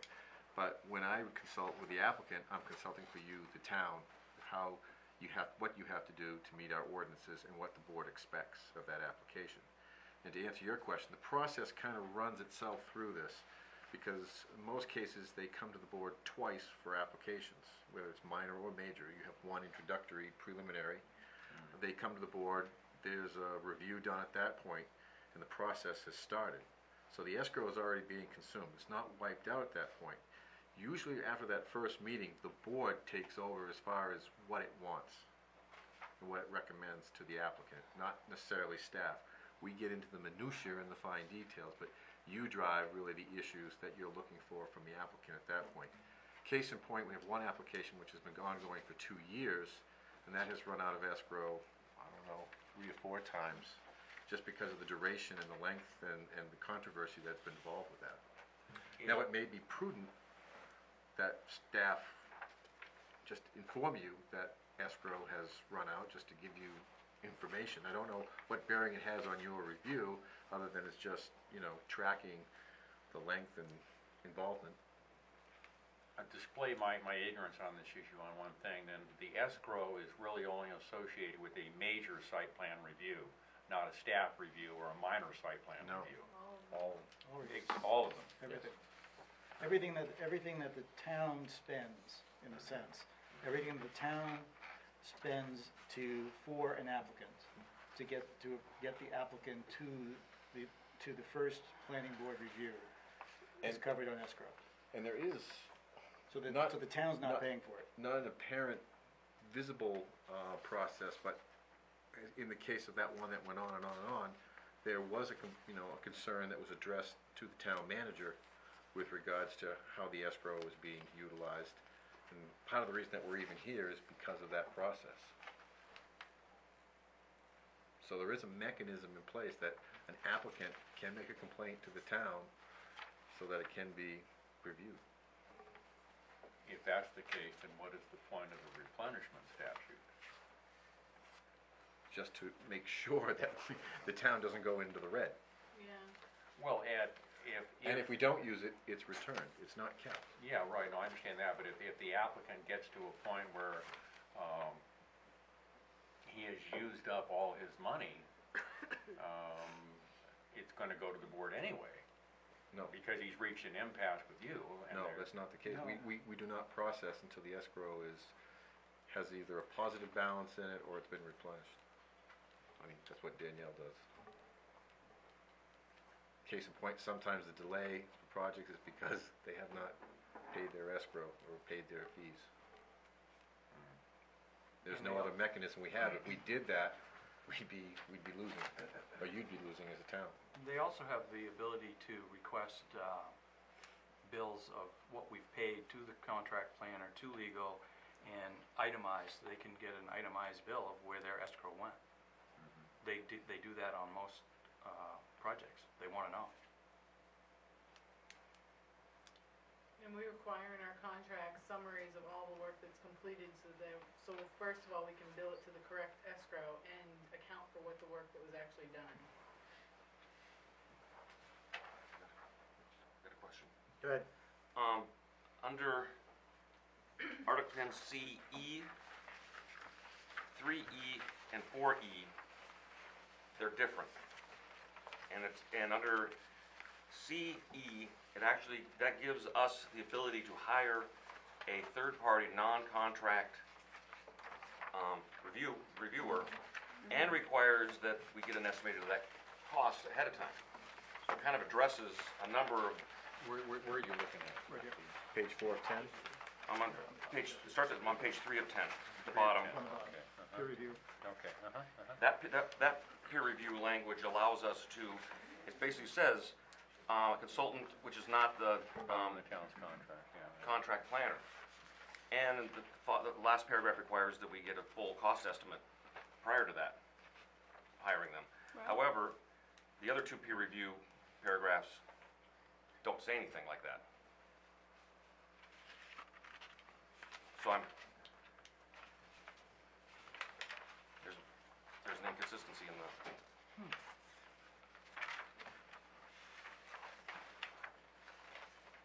One's not on a contract, right? I'm just trying to, and I think that would give us the option in the event a applicant did come to us and say, no, I want a third party. well, just broadly, the difference between, so when you're looking at C, big C is the overall administration for site plan process. And then when you go into 2 and 3 and 4, that's staff site plan, minor site plan, and major site plan. And that just talks about whether peer review, where that falls into that process. So in all So- cases, you're In all saying- cases, it operates, this is the The guidance. CE is kind of the governing, Okay. this is what peer review is all about. And under staff site plan review, this is how peer review works. Under minor, this is how it works, and under major, this is how it works. So Steve, what you're saying really is that because of this peer review process language, then that gives the applicant a right to say, okay, No, back it gives up us, the truck. gives us the ability. I'm not gonna spend any more escrow money, I want a peer review of the issue. And then it gives us the option of saying, yes, we could do that. Right. Right. They don't have the applicant wouldn't have the option to invoke that. They could ask for it. Well, exactly, yeah, exactly, okay, all right.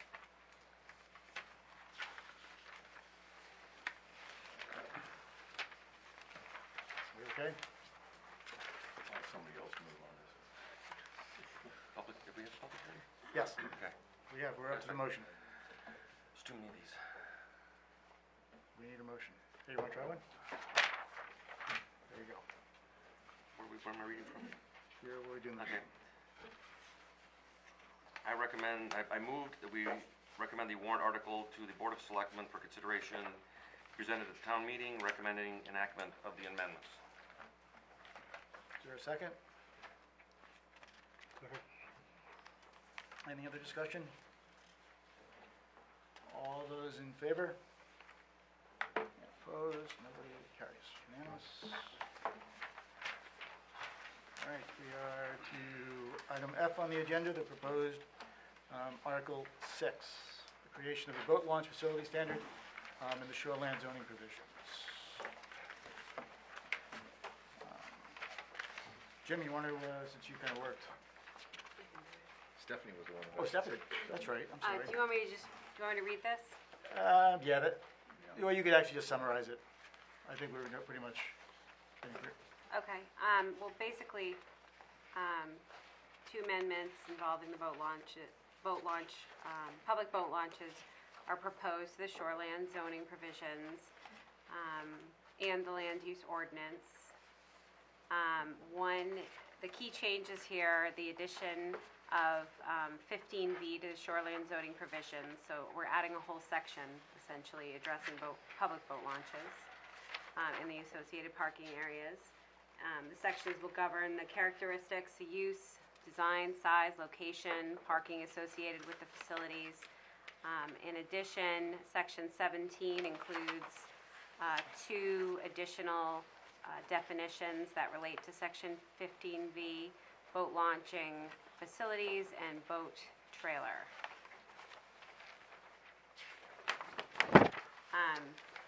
So basically, Mary, the second copy that you have, probably what we should look at.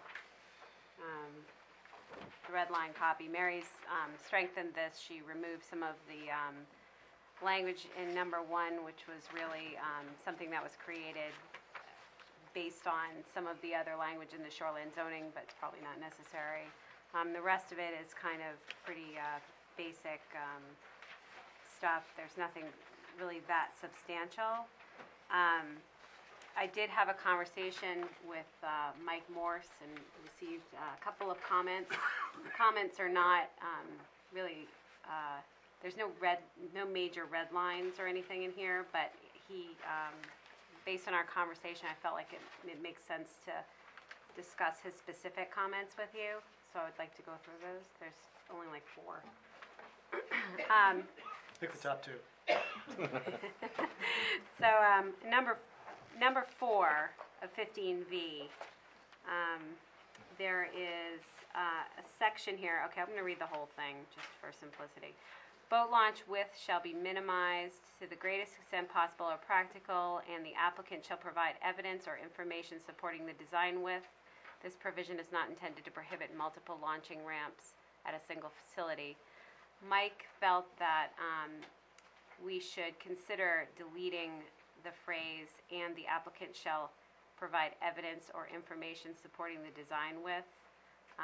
He thinks that that information could be subjective, and it's really something that may not be necessary to have. That was just his opinion. It's not something that would prevent them from approving the ordinance.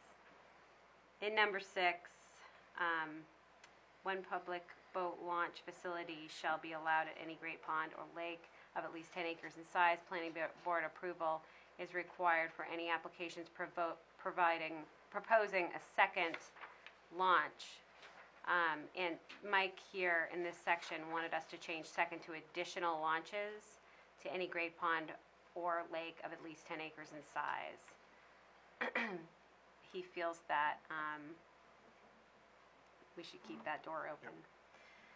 Could I point one thing out? Sure. Paragraph 4, that you said that the person you talked to at the state said he recommended we strike the applicant shall provide evidence or information. I don't see that paragraph 4 over in the final clean version at all, unless I'm missing it. It seems to have been omitted. I'm not sure that was the intent. Well, paragraph 1 was deleted, so everything is moved So up. everything moved up. Well, I know, but I don't see it, I know everything moved up because we struck paragraph 1, but I don't see it as... Yeah, It it's, moved to it's, 3. it's number 3. Oh, there it is, okay, Yeah. 3, okay, all right, I was looking farther down. Okay, never mind, 4 minus 1. yeah, right. Okay, so, one more is, let's see. In number 6, he also made mention that we have not indicated who approves a permit for the first boat launch on a water body, and we might want to clarify that in that section. I should stop referring to, okay, so that would be number 5, sorry. And then in number, okay, in the last part of number 5, there is a phrase, in density of boat launches per linear lake frontages within the town, within the limits of the town of Raymond. He wanted clarification on the meaning of this. He said it didn't make a whole lot of sense to him. And maybe we should re-examine the language there. It's going to be in the final version, it would be number 5, and it's the last phrase.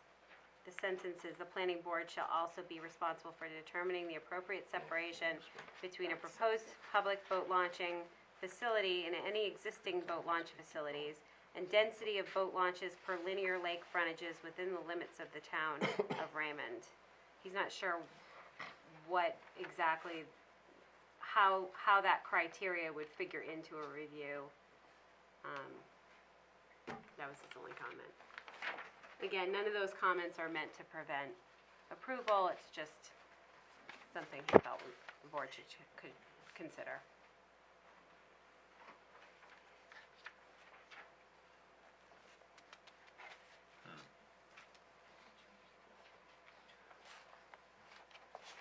I kind of agree with him because you're already limiting it to 1. And has for the planning board to have any more than 1. So what's the density have to do with it? You have to approve every one of them. I think he felt like it might be a cumbersome calculation. I don't know if it's needed. And what do we prove? Yeah. We have nothing to hold it up against, Right. right? So it doesn't make any sense to leave it. He actually had one more Splitting hairs comment. here, how are we gonna determine the appropriate separation? And what does that mean? Define appropriate separation.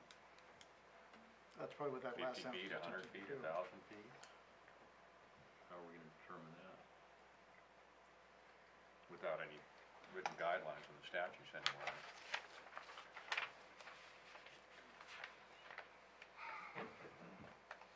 One last comment that he made, forgot to mention, is in number 11 of the final version, number 12 of the red line version.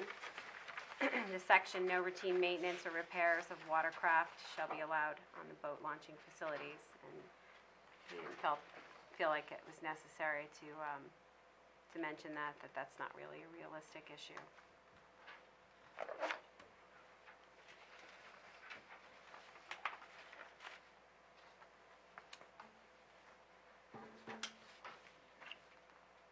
Yeah, I don't know the answer to your question.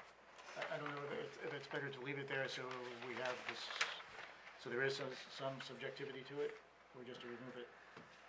Well, that makes me wonder if this should be tabled until we can look at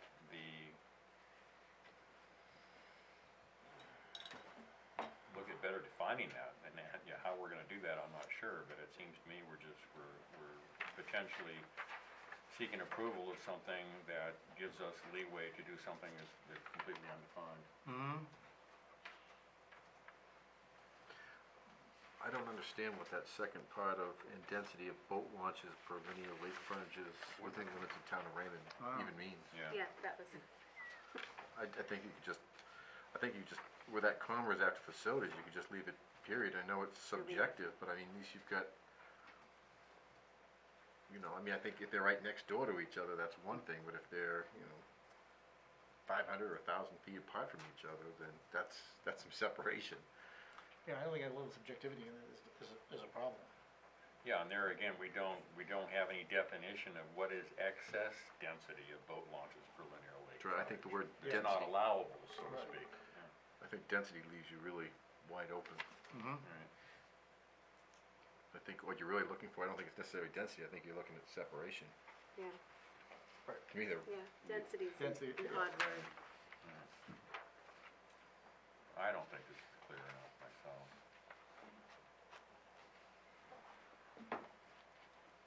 All right, is there any other, move along here. All right, I will open the public hearing on the proposed Article 6. Anybody would like to speak for or against? Yes, sir.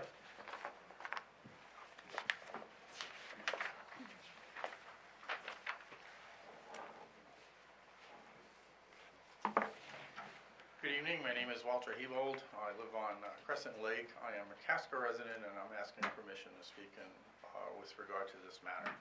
Permission granted, thank you. I'm a private citizen, but I'm also treasurer of the Crescent Lake Watershed Association. I wanted to disclose that as their treasurer, but I'm speaking as an individual tonight. I'm not speaking on behalf of the association. I can see that a great deal of thought has been given to this public boat launch situation, and that, for example, issues of erosion, buffer strips, narrowness of getting in and out of the lake is all a good thing. But one of the things that I think we've forgotten here is having to do with the courtesy boat inspection program. And here's what I'm talking about. As you probably know, the public boat launches in Raymond have these CBI individuals, courtesy boat inspection people, and they cost money. And the money generally comes partially from the state and partially from the lake associations, including RWPA. For example, the Raymond boat launch that's on Crescent cost $4,900 last year to support the CBI program. Some of that money came from the state through RWPA, Raymond Waterways Protective Association, and Crescent Lake Association made up the rest. If there was to be a second boat launch, hypothetically, on Crescent Lake, I don't know where the $4,900 comes from for milfoil protection and remediation. So there's an unfunded mandate that sort of happens the instant there's another boat launch. If one was to go in Raymond Pond, like there isn't one there now, but if there was to be a public facility, there would be another obligation. Panther Pond, I think, is $2,800 for their CBI, courtesy boat inspection program. So my question would be, is there a way that we can find a funding mechanism that if there's a new launch, that there'd be a way to fund the CBI program that the state supports, the town supports, and the Lake Association and its residents support to be able to continue to have that necessary inspection program for all of these different boat launches. I think we have the ones covered right now reasonably well. $16,000 more or less was spent last year in the CBI program in the 5 Raymond Lakes. But if you throw another one at it, I don't know where the money comes from. We work on $35 donations. And I don't know where another $5 grand comes from if you were to drop another boat launch in Crescent Lake. So if you folks are reconsidering anything to do with this boat launch, please, we ask that that you look at what sort of a funding mechanism could be in place in order to continue this valuable inspection program so that we don't put milfoil in the 5 threatened lakes right in the town of Raymond. Thank you. Hey, that's a good question.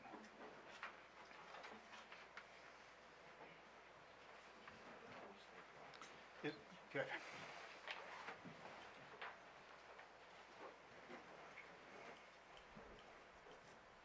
Hello again. My name is Peggy Jensen, and I live on Meadow Road. I want to thank Mr. Hebold for expressing that concern. It was part of the group that brought this to you, part of our original proposal. You might remember, we had a funding clause in our original proposal because our calculation is that there is not currently any publicly owned land on any of our water bodies. So just to even get this started, a state agency would have to purchase land, and our guesstimate, based on the places that we know they've already tried, and looking at similar properties, is that the town would lose about $6,000, that's a conservative estimate, in tax revenue every year, just by shifting from private to public land.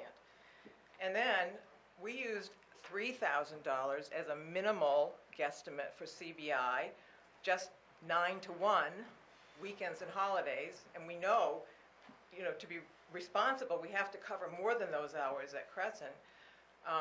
We guessed at 3,000, and you're saying we're closer to 5 if we were really fully covering. Plus, we need to remove, have a way of disposing any aquatic species that are removed from boats and trailers, so there's like the equivalent of trash disposal, and there needs to be, if we're going to be responsible about this, there needs to be toileting facilities, so kick in another 1,000. We're talking $10,000 a year cost to the town for every new public launch site that's developed on any water body in Raymond. And that's a significant cost that will have to be borne by everybody in town. And currently, Mr. Hebold's absolutely right. The lake associations really scrambled to come up with that extra money. If we used only the so-called milfoil sticker money, we'd only have a few hours a weekend in each place. So with the property owners around the lakes are already sharing a huge burden to protect the common resource of the lakes. I just wanted to address that. I don't recall where that density of boat launches per linear lake frontages. I don't know who put that in. It was not in our original proposal, and I agree with you. I don't know how. I don't see any reason for keeping that. Thanks, Mary. I think the issue of a second or another boat launch being developed came up as in response to a question from somebody on the board saying, well, what if the launch site on Sebago needed, suppose a hurricane came through and wiped it out and we needed to redevelop that. It currently has 2 launch ramps. It would be reasonable for it to be redeveloped with 2 launch ramps. I think we all agreed that our smaller lakes really would be pushed to have more than 1 ramp on each site, but that was really addressing that. What if we had to redevelop the Raymond Beach place? That's how that came about. So I thank you for your concern. I just want to point out, we have a number of people here who are here in support, and we're going to be kind to everybody and not ask all those supporters to stand up and speak, so we'll just use a few minutes. I know that a lot of people were concerned that they couldn't be here tonight, and some of those may have sent you written communications, and some may send you more. I don't know. But thank you for all of the hard work and the time that you have all put into this.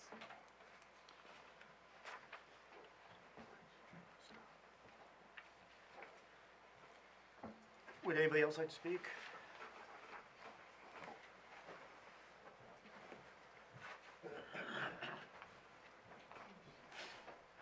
Thank you, Mr. Chairman. Charles Levitt, 14 Levitt Road, East Raymond. Specifically under definitions, I guess my question is, Town of Raymond or the state of Maine? I heard the discussion prior to of why that went in.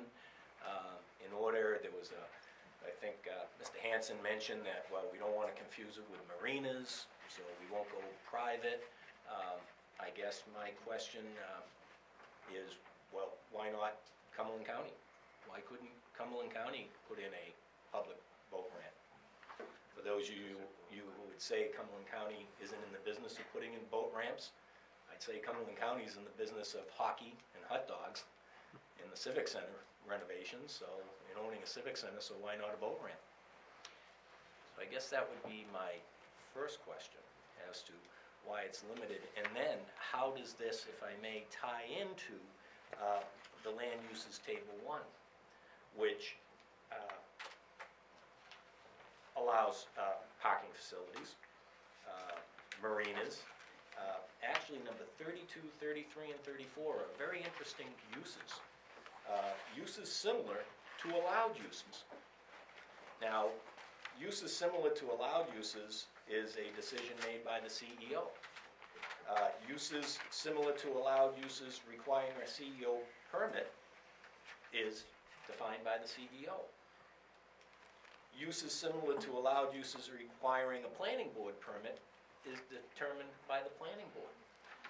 So, under definitions, I guess, since we're coming at this as a public boat launch facility and associated parking areas, how does that, since these are new definitions, how does that fit into, I guess what we're saying is this is a new allowed use in the shoreland district, I guess. It's not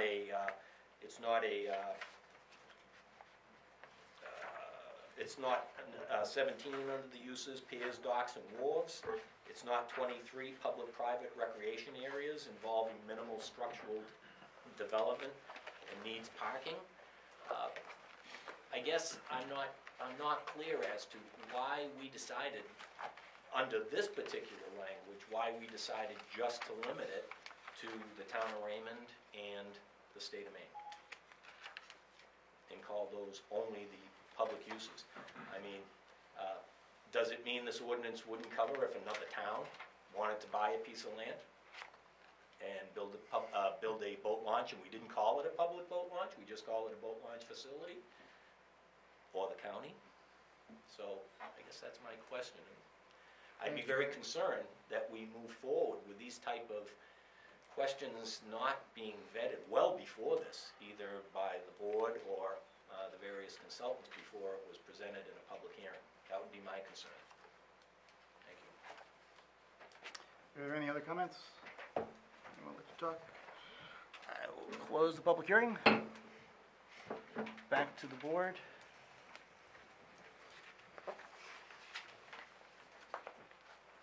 Any discussion?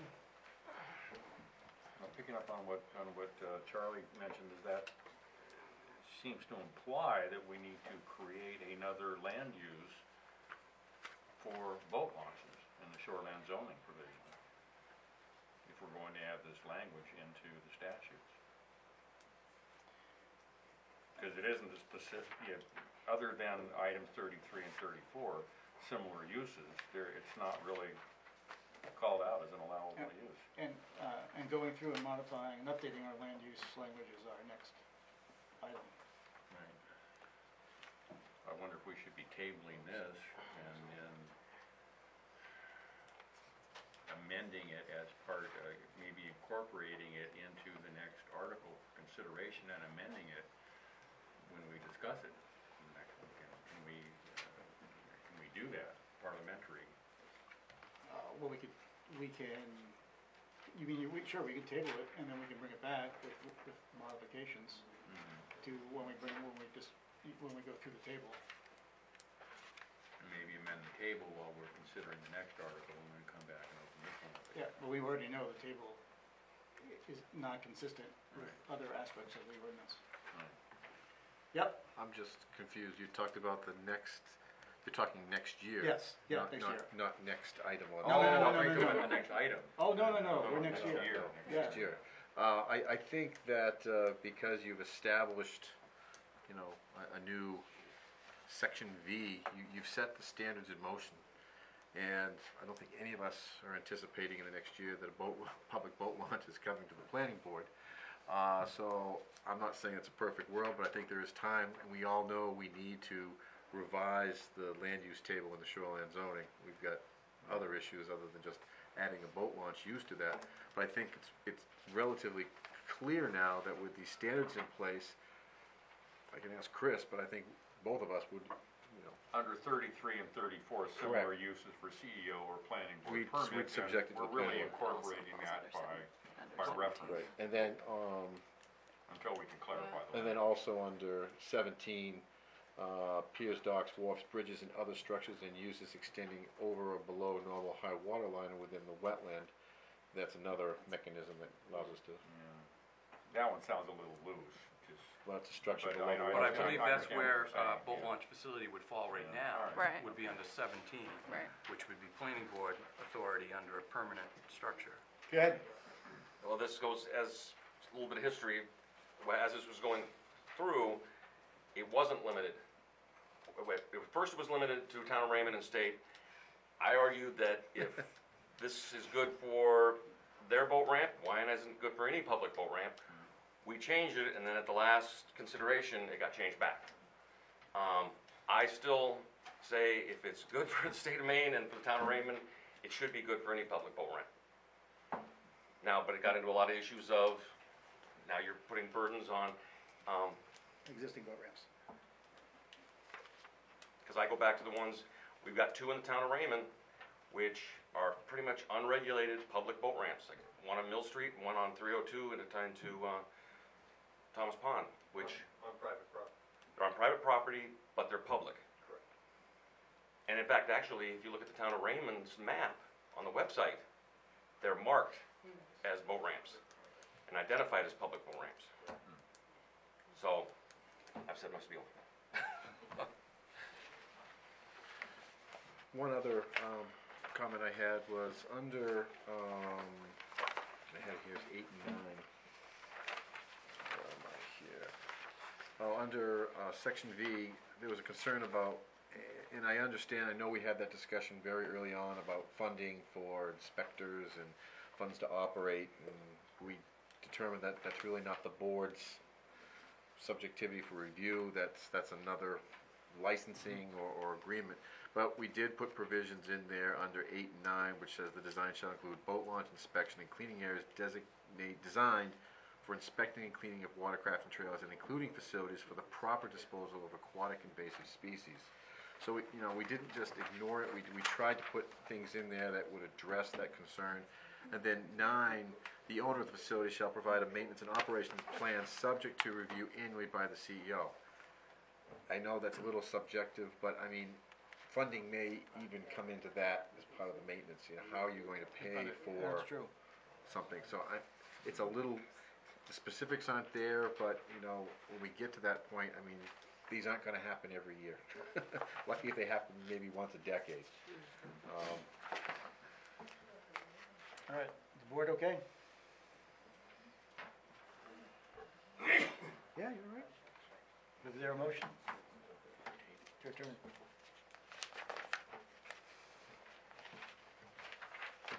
I move the planning board to recommend the warrant articles of the Board of Selectmen for consideration to be presented at the town meeting recommending enactment of the amendment.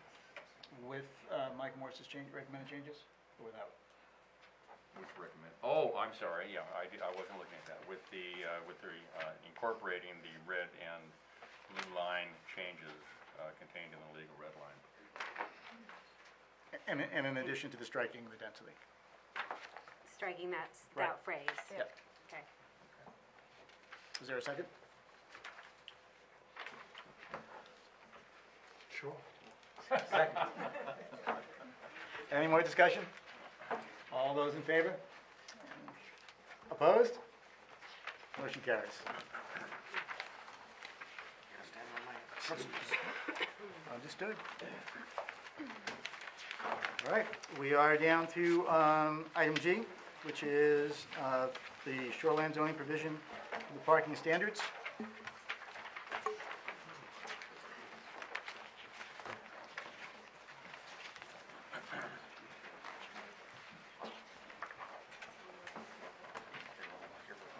Wow. Not bad. Must have been. That boat ramp is boat ramp. Just give a moment for it.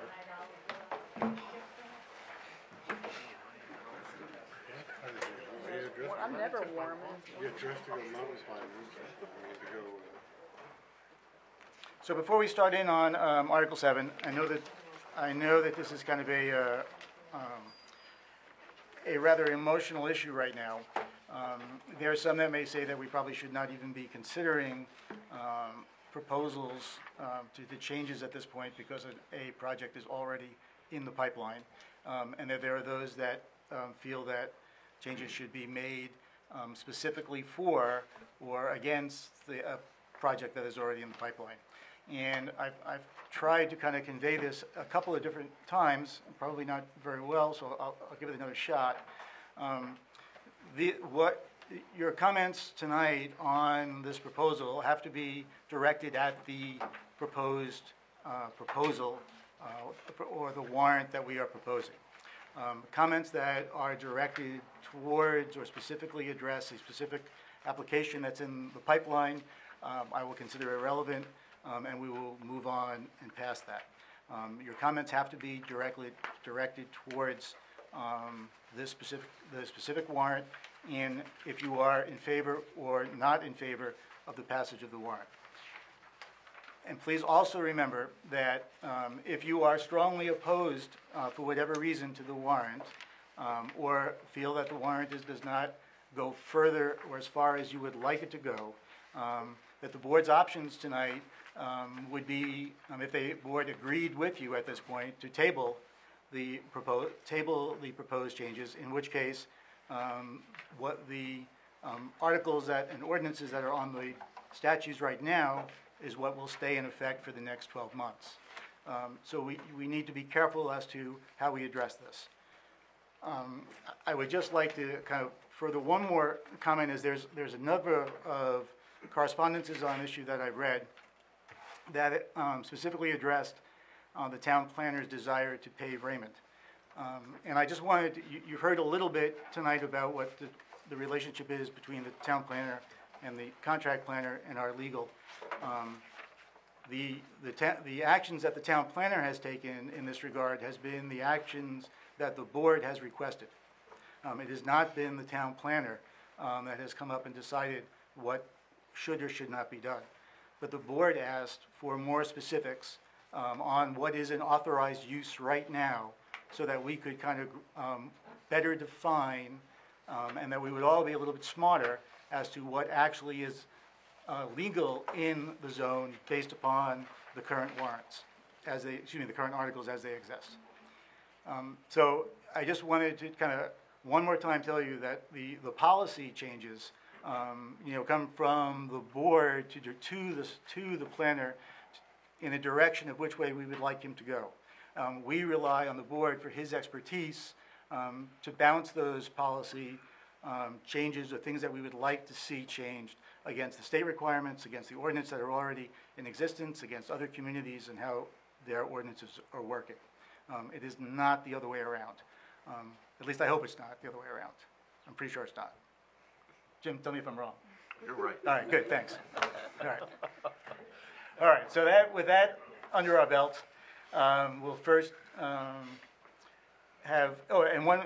guess the last thing I should say, the only reason why we actually are in the shoreland zoning right now is because of the commercial zoning ordinance came up as a problem for the commercial district. And the board said, well, if we are going to be looking at the commercial parking, we might as well look at parking in all of the ordinances where they appear, so that any changes that we make as the ordinance are intermingled with each other, they would be consistent. And that's why we are in the parking right now. We are not in, even though it might seem like we are in the parking right now because of a current application, that was not the case. It kind of unfortunately kind of overlapped. Maybe if we could have foreseen how much it was going to overlap, we might not be in this right now, but that's why we are here, okay? All right, so with that, I'll ask Jim to kind of introduce the changes, and then we'll go to the board. Thank you, Mr. Chair. First, I just want to point out that in the shoreland zone currently, we're not changing any of the uses or any of the allowances. What we did is we looked at the standards and the requirements and tried to make them into measurable units, something that the board can actually get its hands on, not so much ambiguous language and subjectivity. So we tried to make it a little more specific. With that said, let me first state that Raymond is one of the unique towns that has a shoreline zoning that extends 600 feet. In the case of Raymond Cape, the distant range is from 900 all the way up to 9,000 feet from the resource. So in that regards, the town has already taken valuable steps to protect its resources. Secondly, within the shoreline zoning, any development cannot have more than 15% impervious surface. That includes roofs, driveways, structures, anything that's impervious. So really, that is your limiting factor as far as how much someone can develop. With that said, what we changed in the ordinance was the town of Raymond proposes revisions and additions to the shoreline zoning ordinance to provide measurable standards for parking areas. The standards address the maximum number of vehicles allowed in a cluster to 50 car equivalents, with the planning board having the ability to expand by 50% parking lot surface setbacks, parking lot buffer requirements, landscape island requirements, and both parking boat launch facility, parking stall, and aisle spacing sizes. Additionally, design criteria for stormwater management and phosphorus export treatment measures has been defined and expanded to require treatment for a minimum of 50% of new impervious areas. The section also expands on the safety criteria for off-site parking allowances and prohibits independent parking facilities from being allowed in any shoreline zonings. For the purposes of definitions, the town has proposed additions to the definitions which provide clear understandings of the term for parking uses. Those terms are proposed to be parking area, off-site parking lot, off-site parking lot, off-site parking space, and independent parking facility. Currently, the shoreline zoning has no definitions related to parking types or parking-related uses. Okay. Any more discussion or questions from the board?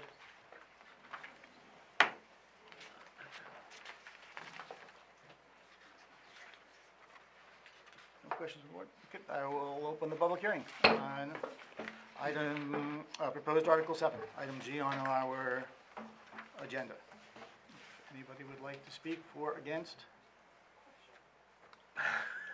Yes, sir. Hey, Kevin. How are you? Good, you? Doing very well. It'll be the last time you'll see me. Promise? Oh, come on. No, actually, good evening. Thank you for the opportunity. Not to make light of the situation and the joking and so forth, my interest and involvement in this kind of dates back almost a year or so. Oh, I'm sorry, Kevin, would you say your name? Sorry, Kevin Fay, Spider Rope Way, Raymond Cape. Sorry, I assumed some level of knowledge. But to follow up on Mr. Seymour's characterization of the ordinances prior to sort of entertaining the revision of them, it sort of struck me initially that the ordinances for parking in the zone were a little bit sort of lacking and flimsy and so forth. I'm aware of a lot of effort that's been put forth to cleaning them up, tightening them up, making them more protective. I'm sure, and I think a lot of you have like big binders of letters and so forth, concerns and so forth, some of them from me. So I'm sure many folks would prefer that they be more protective. I think that's even a fair characterization from some perspectives. But in the course of my involvement, I have become aware and gotten smart about some of the things, been informed about a number of things, and I'm aware of a number of the limitations that the town and town staff is faced with when trying to clean up these ordinances. I'm appreciative of all the efforts that have gone on, not only from the board, but also town staff in trying to do the best job with respect to sort of representing the interests of the townspeople and folks in the shoreline zone, and really sort of, I think one of the ways you might have even phrased it in one of the prior meetings is a balancing act. And I think the situation we're in right now is probably the best possible balancing act. And to follow up on your comment earlier, I think it's very important for people to realize that if these don't go forward, we're looking at another 12 months plus to change anything. So it's like just word of caution, I think, is kind of what you had raised, and I think that's well-spoken, and well-taken, rather, so. Again, thank you very much for all the opportunities to speak in various meetings and so forth. Thanks for all the efforts, very much appreciate it, and that's all. Thanks, Kevin. Great, thanks. Is there anybody else that would like to speak? Yes, sir. My name's Tom Ewig. I have some property on the Raymond Cape. I get the sense from tonight that this is not an one-size-fits-all, and that each application would come on its own merits. So that what you're doing here is you're cleaning, as Mr. Fay said, you're cleaning a situation up. But as applications like the one that we were talking about before come up, that those will be taken on their own merits. That this is not a sort of one-size-fits-all, and everyone will have 50. That's the way it'll be. Yeah. Correct. Okay, that's just one clarification. Thank you.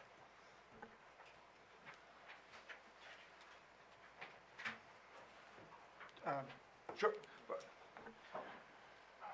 Creaky. Sorry. I shouldn't stand. Hi, I'm Barb Lovell. I live at 77 Wild Acres Road. And yes, I have written, and yes, I have spoken before. And I do appreciate the amount of hours and time that all of you have spent reviewing, reading lots of my mail, listening to us.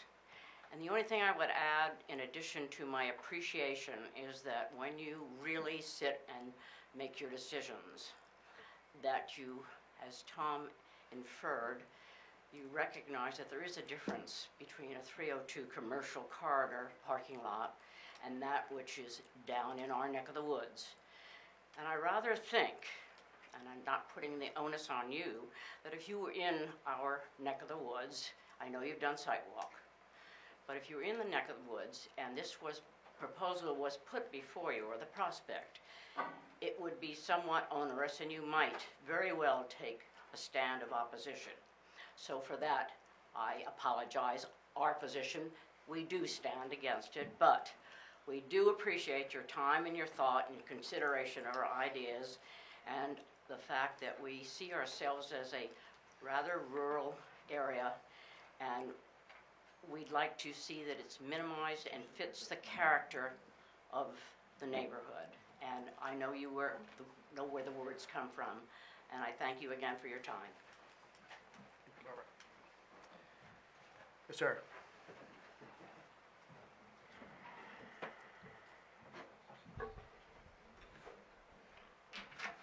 I'm Jim Stanley. I live at 98 Wild Acres in Raymond.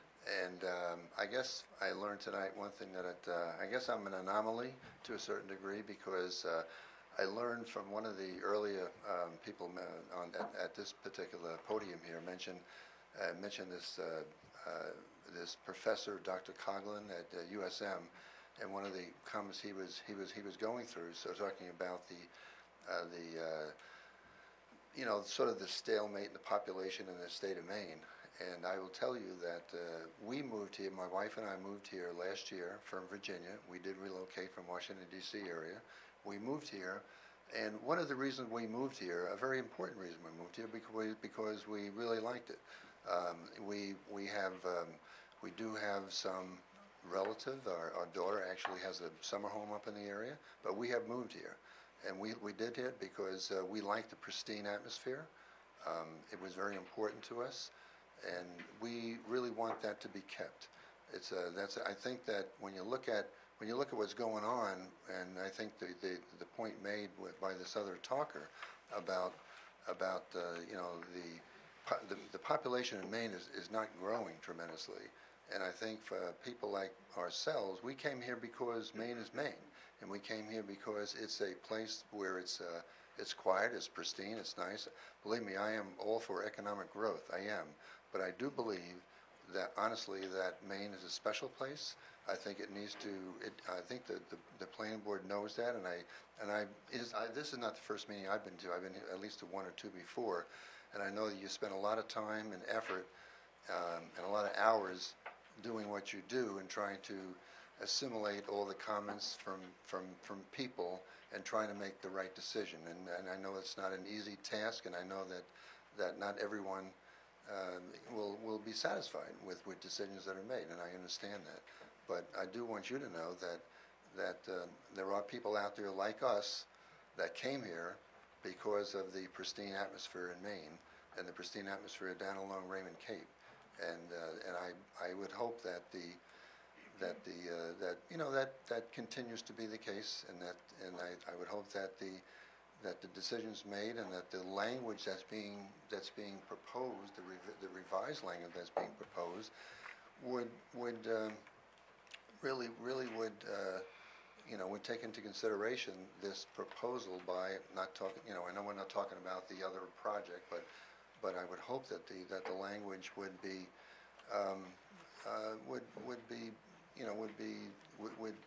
recognize that there are the people that live along the Cape there, and that that this is the town of Raymond. The people that live there are Raymond residents, and that the planning board has a responsibility, it seems to me, to be at the foremost, to be responsible to the town of Raymond. Thank you. Yep, Peter.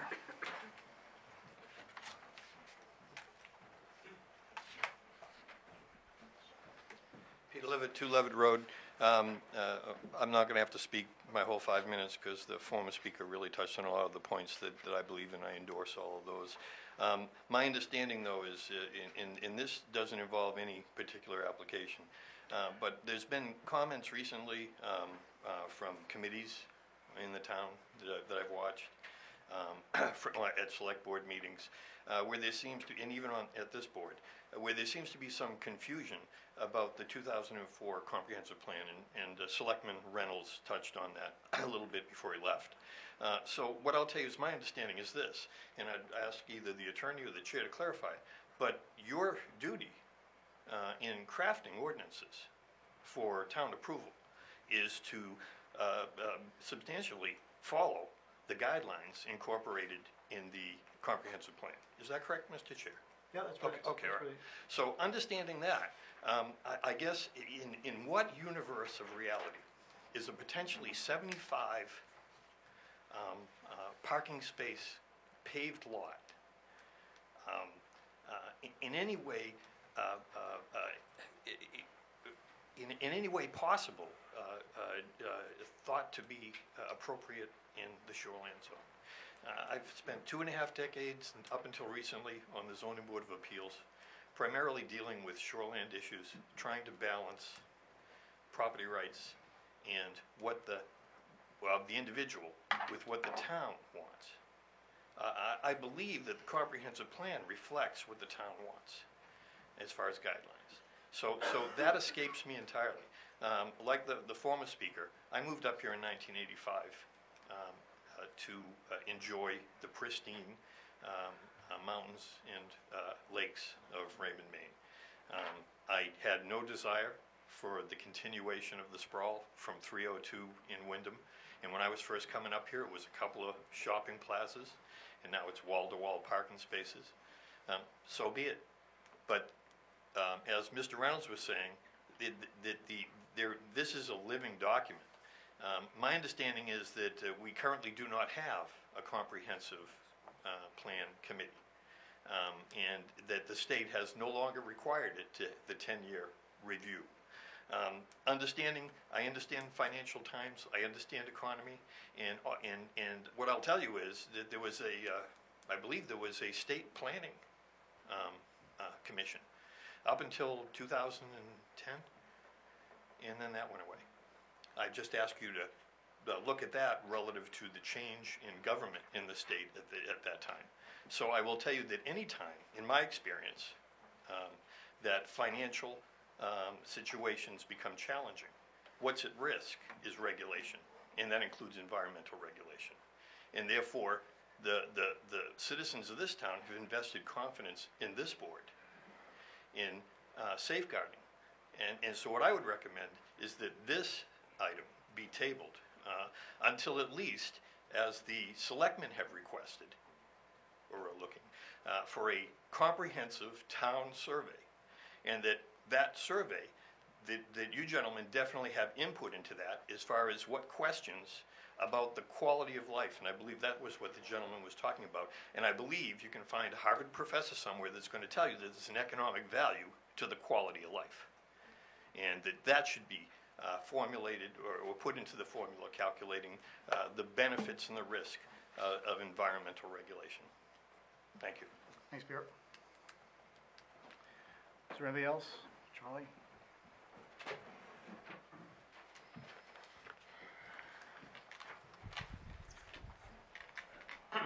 Thank you again, Mr. Chairman. Charles Levitt, 14 Levitt Road, East Raymond. First and foremost, I want to state I'm in absolute opposition to passing any type of language that is considered to be only half good enough. If we haven't learned by example tonight on having to repeal the growth management ordinance of just 4 or 5 years ago, I don't know when we're going to learn the lessons, or if this board or any other board in town will actually learn those lessons. This isn't just paving over Raymond Cape, this is park inside. There's no other definition I can give. These proposals, this proposal on the table tonight is not more restrictive, it's less restrictive. And I'll get into those details in a minute. But it doesn't only affect Raymond Cape. When we talk the Shoreland District, we're talking Deep Cove Road on Sebago Lake. We're talking Meadow Road on Panther Pond. We're talking Valley Road on Raymond Pond. We're talking Coneska Road on Crescent Lane. So, again, this isn't just a not in my backyard issue. It's an issue for this whole town. It's not just an issue for the seasonal residents who don't have a voice tonight except for what you allow them to have. But it is an issue for the rest of the full-time residents who I say myself, yes, we have a voting responsibility, but to ignore the rights of seasonal full-time taxpayers is also something that has to be considered. This board has gone over these issues before in the past. We've been told that by hired consultants and legal consultants that you as a board do not have the right to interpret intent. And I think that's been challenged, and I want to see that challenge continue. Because as far as I'm concerned, being a member of the Comprehensive Plan, 7 years as selectman in the town of Raymond, living in the town of Raymond since 1982, that intent is everything. That's what makes these neighborhoods. That's what makes Raymond a great place to live. So I would like you to take that into consideration. Back to commas and ands and semicolons. Independent parking facility as defined. So could that be explained to me? Now we don't even have the and in there. So now we're saying for storage of motor vehicles, which is the sole use of the lot or parcel, semicolon, is operated as a business for lease or rental of parking spaces and does not meet the requirements of off-site parking. So I guess I would prefer to have someone else tell me what that all means. We're being told that independent parking facility earlier on is going to be exempt. They're not going to be allowed in the shoreline zone. However, permitted use in the shoreline zone based on the criteria in the table is parking facilities. It doesn't say independent parking facilities, it says parking facility. So a reasonable person, if you take the reasonable person theory of the law, it would be then there is an independent parking facility that is not allowed in the shoreline zone, but then we allow in the table parking facilities. So I guess that's dependent parking facilities or non-independent parking facilities.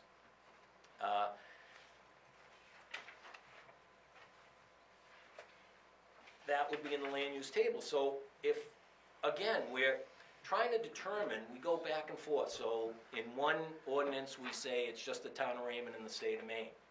In this ordinance we're silent.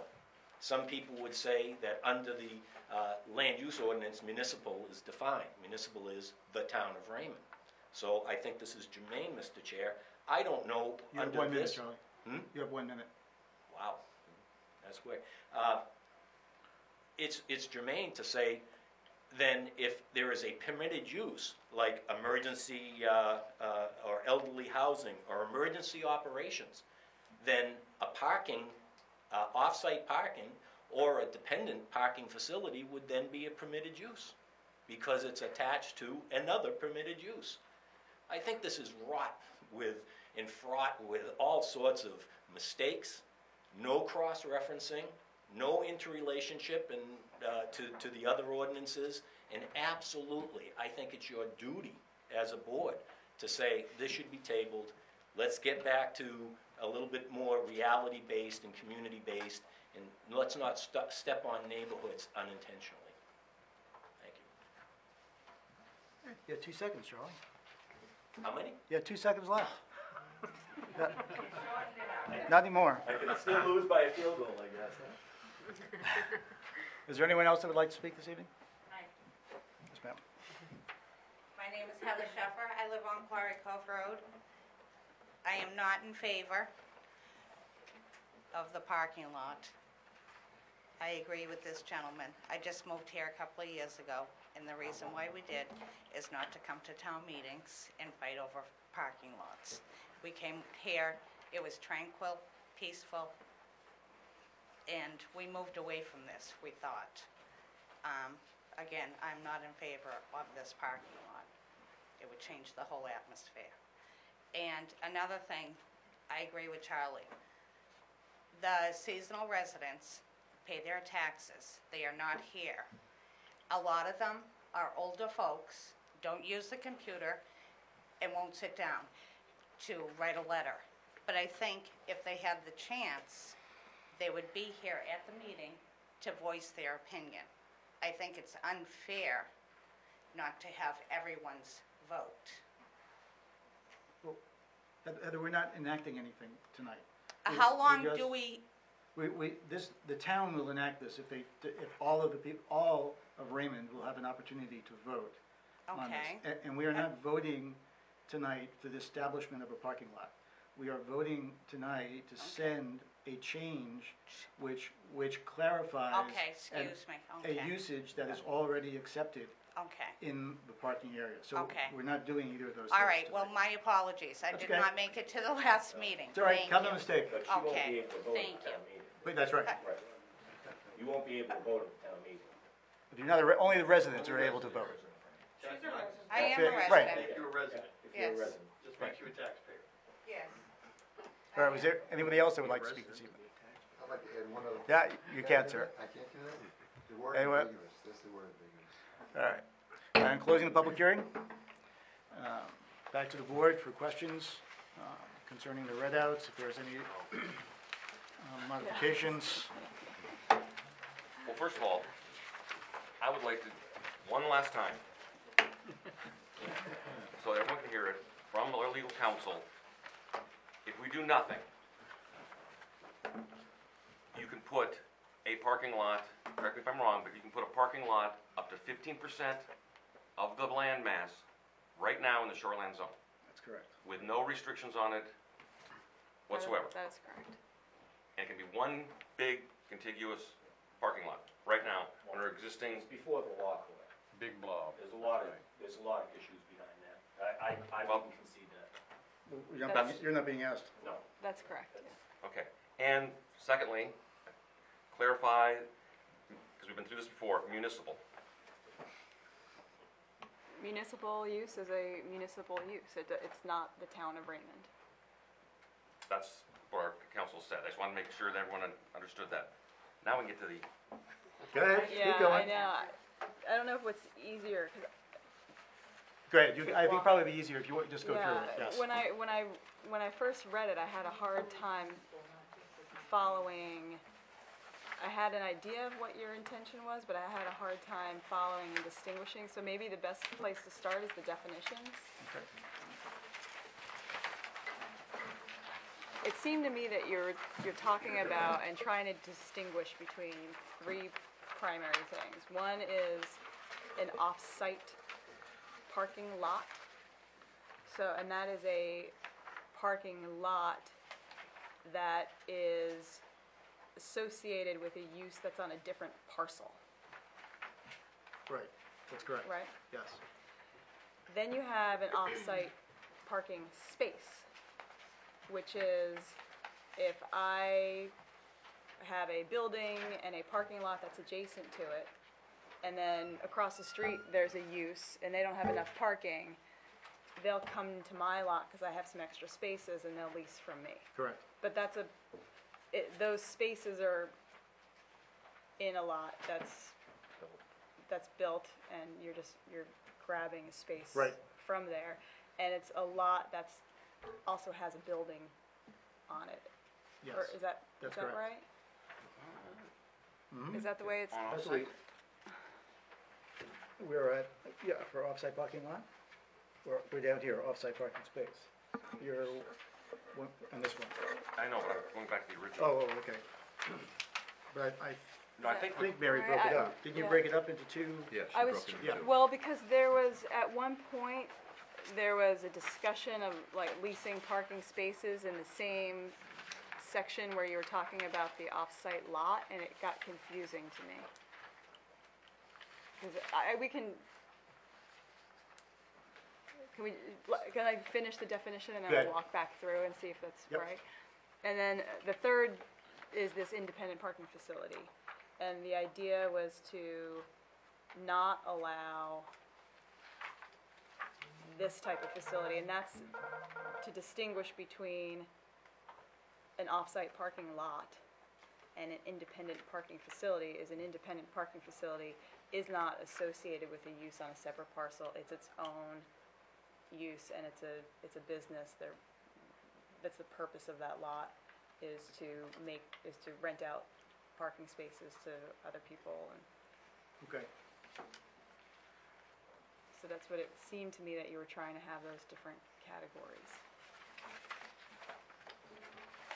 And So, what I remember was the off-site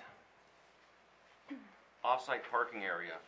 And the best example is, can't remember the name of the town, but it's down on Whitesbridge, the camp name. It's down on Whitesbridge Road, where the camp is on one side of the road, right, but they're limited and they have a parking lot on the other side of the road. Right. But it's their parking lot, yes, yeah, not the college. There's a camp. Oh, that's Colebrook, isn't it? Yeah, and so that's what we were thinking more of, right, that it would be their parking lot, yeah, but it's across the road because they didn't have space. right. So an outdoor storage area for motor vehicles that's located on a parcel or lot owned by a person or entity that is the same owner or lessor of the parcel or lot upon which the permitted use associated with the parking lot is located. So it's the same owner same of both parcels.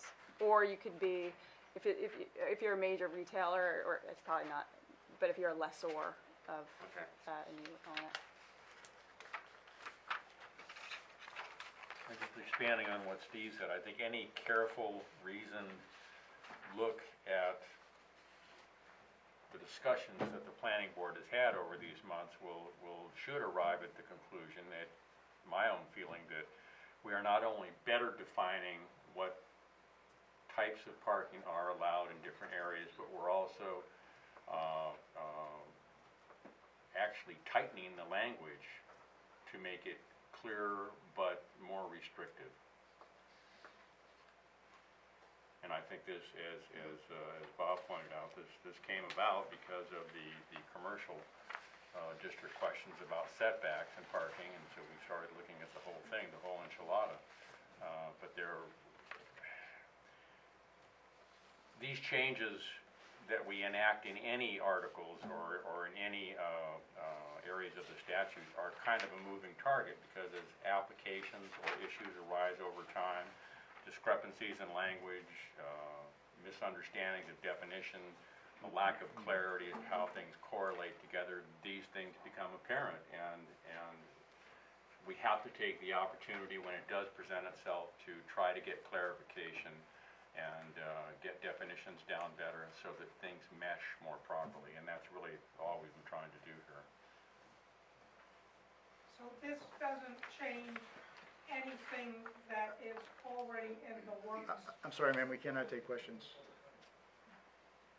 Do you want me to now Yes. kind of work through the changes? Okay. So starting at the beginning, that's just some clarifications in the beginning.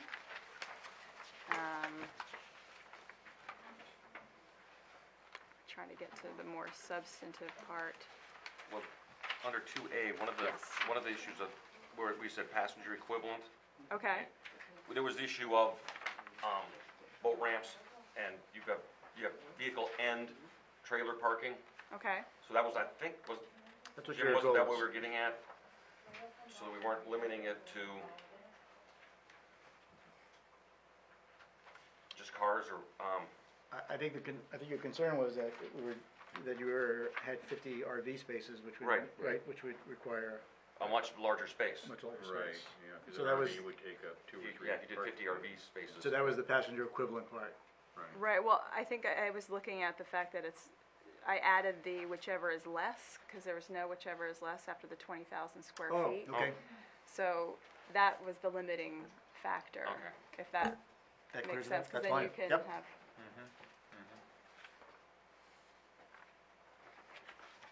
All right. all right.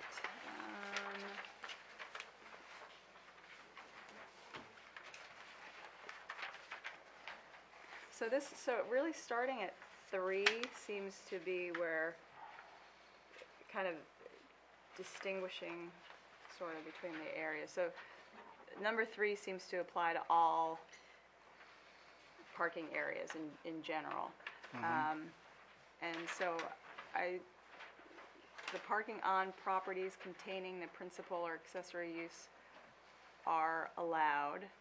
I think I just saw that as sort of superfluous, but I guess we could keep that in there if you want to. I'm concerned that you struck the stormwater part of this. Yeah, why did you do that? I did not do that. That was already there. That the black Yeah. is what Jim did. Jim? I mean, that was our major Yeah, and we- discussion, putting that in That there. maybe moved That somewhere else. moved to 5. Yeah. Oh, okay. It was captured in 5, and we just We're thought on- we were I'm being on redundant, page so we 2 just of captured 5 all the down stormwater Yep, okay. is in Right. 5. Yeah, it's in there. Stormwater management required for peak runoff, right? That may have also been part of, was that part of also Mike Morse's? Sorry, no. No, it's not actually. It's not there, Jim. We are requiring, under the original language, they have to retain and treat up to 50%. Yeah, it's in 5. Correct. 5B. 5B? 5B. Oh. Okay. Okay. We just put kind of the stormwater in its own section for clarity. Well, you're not treating 50% of the impervious surface. You're treating 50% of the runoff from the impervious surface. No, B?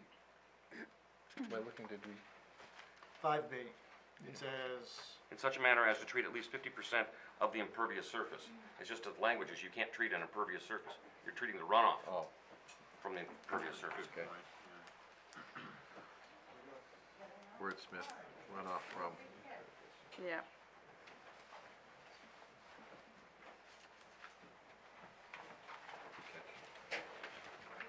Okay. So that's taken care of. So one of the terms that is running through these amendments that I'm looking for clarification on is you talk about the principal or accessory use. And I've termed that more of the associated permitted use. So it seems like you're talking about the use that's associated with the parking. Right? You want to make Yes, that correct, connection? correct. You So- wanted that connection. Right, and permitted to me covers both principal and accessory. Okay. So I don't know if you're okay with that And characterization of calling them associated permitted uses as opposed to just principal or accessory.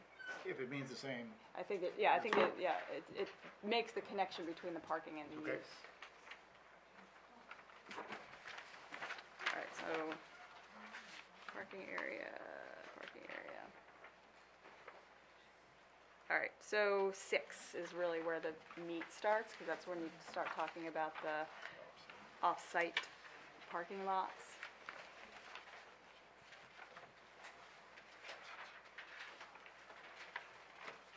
And so the requirement that it has to be within 300 feet, I have changed of the allowed use to the lot containing the associated permitted use.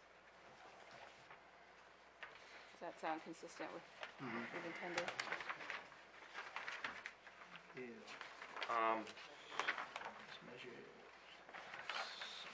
But a parking lot is a permitted use. So are you saying you can have another parking lot within 300 feet of the first parking lot? It means that so it means that the off-site parking lot as defined here, which is a lot that's it's located on a parcel or lot. Permitted use So issue. your example of the one that's across the street, that has to be within 300 feet. Okay. That's what we talked about. And then it wasn't, the measurement, kind of the start and end, point, it initially said from the center line of the entrance. And so I added driveway entrance there for clarification. And then the red language there that's struck, I just thought a stronger thing, it seemed to me that you want to affirmatively have them meet A through E, as opposed to just the following shall apply, which is a little looser.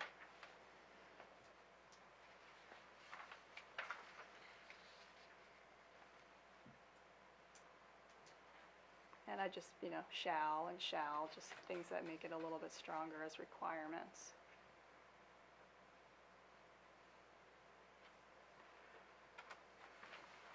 So that's for the off-site parking lot.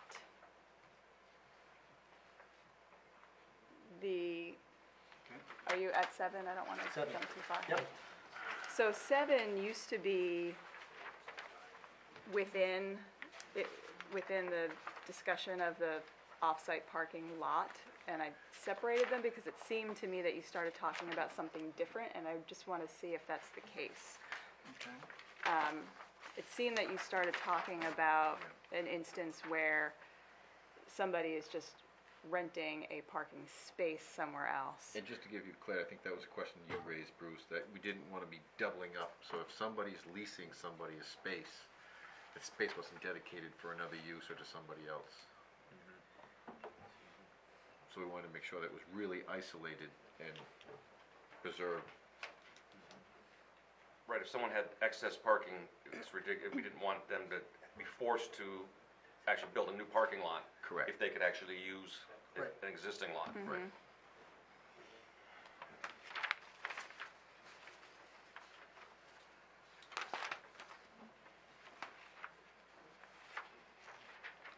I think the blue says what we wanted, Mary. Okay. And then the independent parking facilities not being permitted, if we can go to the definition and talk about it a little bit, because we changed. Yep, let's do it. Yeah, because we changed the definition in the land use Right. code, but I think we want to leave the other distinction in here in order to distinguish it from an off-site parking lot. Because if you put the period at the end of the sole use of the lot or parcel, then you're going to not allow the off-site parking lots. Okay, but this says that you're defining this only as a business. So in other words, an independent parking facility, again, let's go back to one where you're not charging for the spaces to park there. If you're just letting anyone park there, would be allowed. Because you're saying, you're defining an independent parking facility as it's being operated as a business or lease or rental of the parking spaces. But if you're not, then it doesn't fall into one of the other categories? No. Well, how would it not? I go down in the shoreline zone, I clear a space, I put a parking lot in, I don't have a permitted use within 300 feet. I don't charge for parking. But aren't you, That's not an independent parking facility. And it's not commercial zone. It's not commercial. I'm not running it as a business. Well, to kind of cover that, I added at the end, "and does not meet the requirements of an off-site parking lot." So in order to do what you're talking about, you have to be within 300 feet, and you have to have, it was the way to try to, I'm sure there's a better way to just distinguish, if you're not an off-site parking lot, but you're a standalone parking facility, you're not allowed, and I don't know the best way of, maybe that's the way to say it. The only type of standalone parking facility that's permitted is one that meets the definition of off-site parking lot. Is that what you're looking Yeah, at? I mean, it's that's- something, Yeah, if we did that, that would clean up the independent parking facility definition problem between their two ordinances. Right, and we do have a little bit of a difference now between, yeah, I mean, you could, it's not, you could not even call it an independent parking facility, Right. just have a clause that says, parking facilities that are the sole use of a lot that don't meet the standards of an off-site parking lot are not permitted, yep. and not even have a definition of independent park. Does that sound right?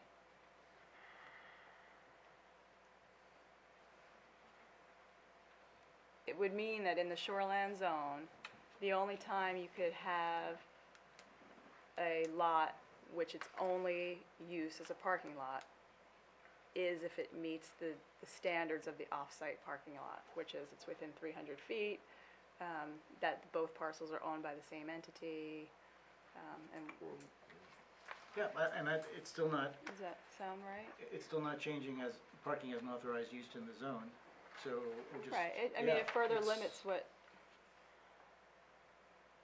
yeah, because I you think can that have, makes sense. you can have an allowed use that's a parking facility and then further put limitations on it Sure. in the body of the ordinance. What do you think?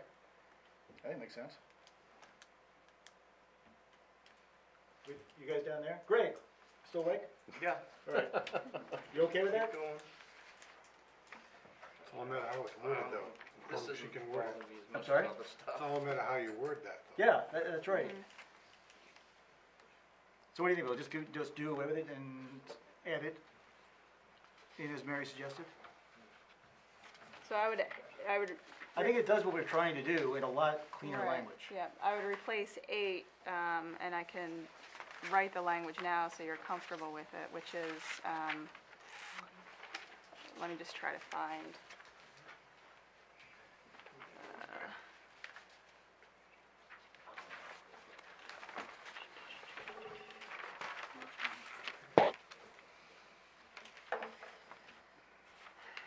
Let's see.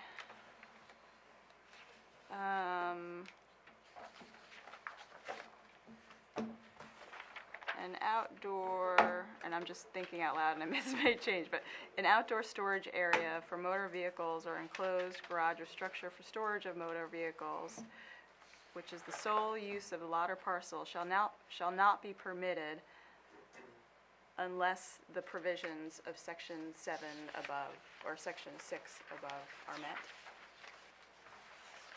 Off-site parking lots. Yep. Not 7, that's off-site parking No, spaces. Number 6. Six. Yep. So we better go to, So it's the first part, it's yeah, this, outdoor storage up to parcel, Up to parcel, and we're shall scratching not, the rest, right? yeah, shall not be permitted, Be permitted, unless the provisions of section 6 above are met.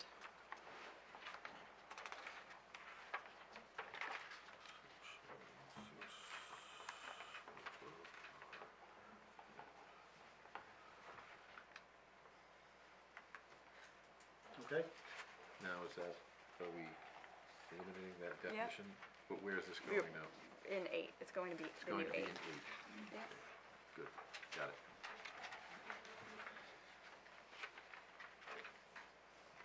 Mary, would you read it one more time as a Sure. little? Yeah. So number 8 is going to say, an outdoor storage area for motor vehicles or enclosed garage or structure for storage of motor vehicles, which is the sole use of the lot or parcel, shall not be permitted unless the provisions of section 6 above are met.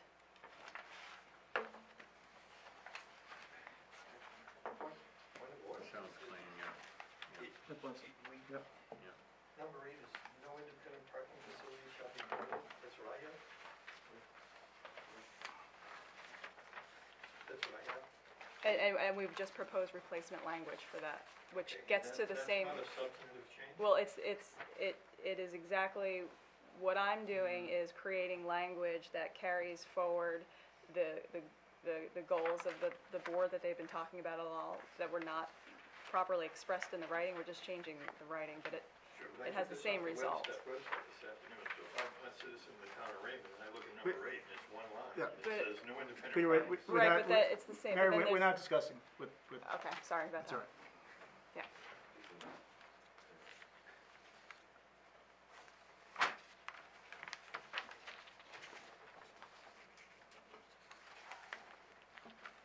I think that language is good, because the independent parking facility language includes the statement requirements of an off-site parking lot, and paragraph 6 defines Maybe that they're printing the upside requirements of off-site parking lots. Right. So linking those two is not a substantive change. Right, exactly. Okay, this is gonna get, we start off G with parking areas, but that Yes. parking area is now a definition. It's now defined as Yeah. back here, so, okay, so you're saying that's, Parking area is just a general term. and then, but, So a parking area could actually be part of a parking lot, Right, so, because the part of a parking lot is not located on a street right away. It's 150 feet off the street as part of the lot. so a parking area is, it includes everything. Parking area is everything, then your Right. off-site parking lot, your off-site parking spaces get more defined. Right. There's still, all the requirements of a parking area still apply to the off-site parking lots. Right. Isn't it the existing title of this article? It's like the macro, parking area is the Exactly. macro, and we're going more micro Right. by defining the following terms. Yeah. Yeah. You can have an off-site parking lot, you still have to meet all of the Do we need parking to, area standards. well, I'm just wondering if a cleaner language, the reason I was asking, is cleaner language Yeah. be at the very beginning, right here, say that no parking area is allowed that does not comply with this ordinance. So then it's gotta comply with everything that's here. And, But that's the way it is That is, yeah. understood. That's, yeah, but I mean, that's all the ordinances like that. right, so why are we muddling with this number 8 language that sounds, Because we're muddling it, because we're trying to distinguish these, and we've had this problem every time we've looked at this. We're trying to break up these different parking area usages. right, but if the only allowed areas are, well, it's because parking areas such so broadly defined. All right, never mind. I mean, it seems like If just in general, if there's a question as to, and a desire to actually prohibit a particular use, it's always best to be clear about that and put that prohibition in there. Even if you can read about the absence of it not being talked about, maybe sort of, just so there's no question in the future, if that's a use that you don't, if that's a type of parking area you don't want allowed in the zone, it's just better to say it, and then there's no question in the future.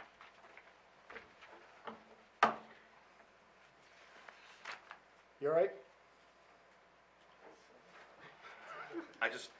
seems like this is a lot of change, but I also don't like the idea of going forward for a year with it as loose as it is right now. No, I don't, you can leave it exactly as written and with the independent facility, and you're accomplishing the same thing. All that we're doing is we're cleaning up the language in identifying what an independent parking facility is.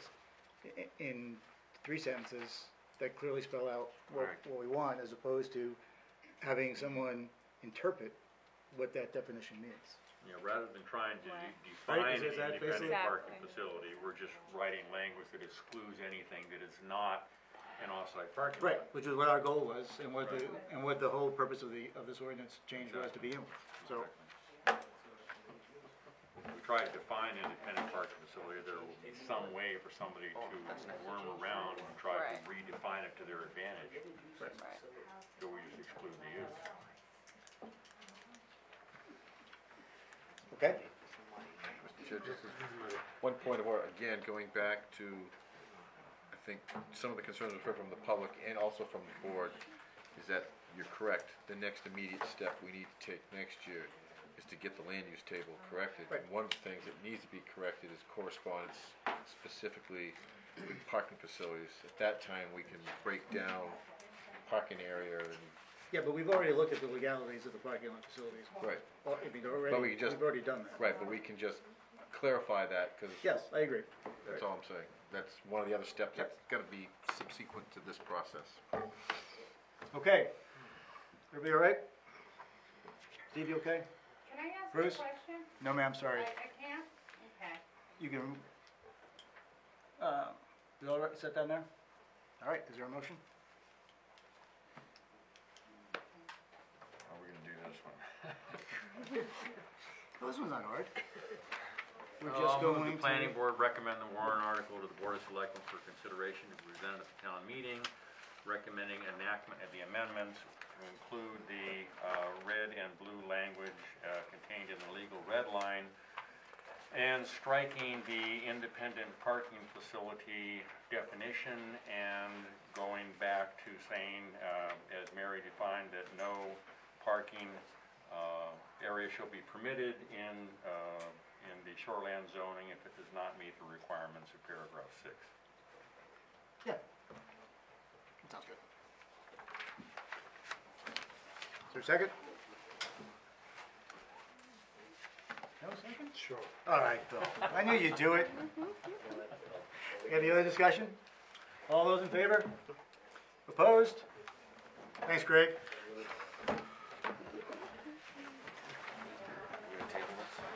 Yes.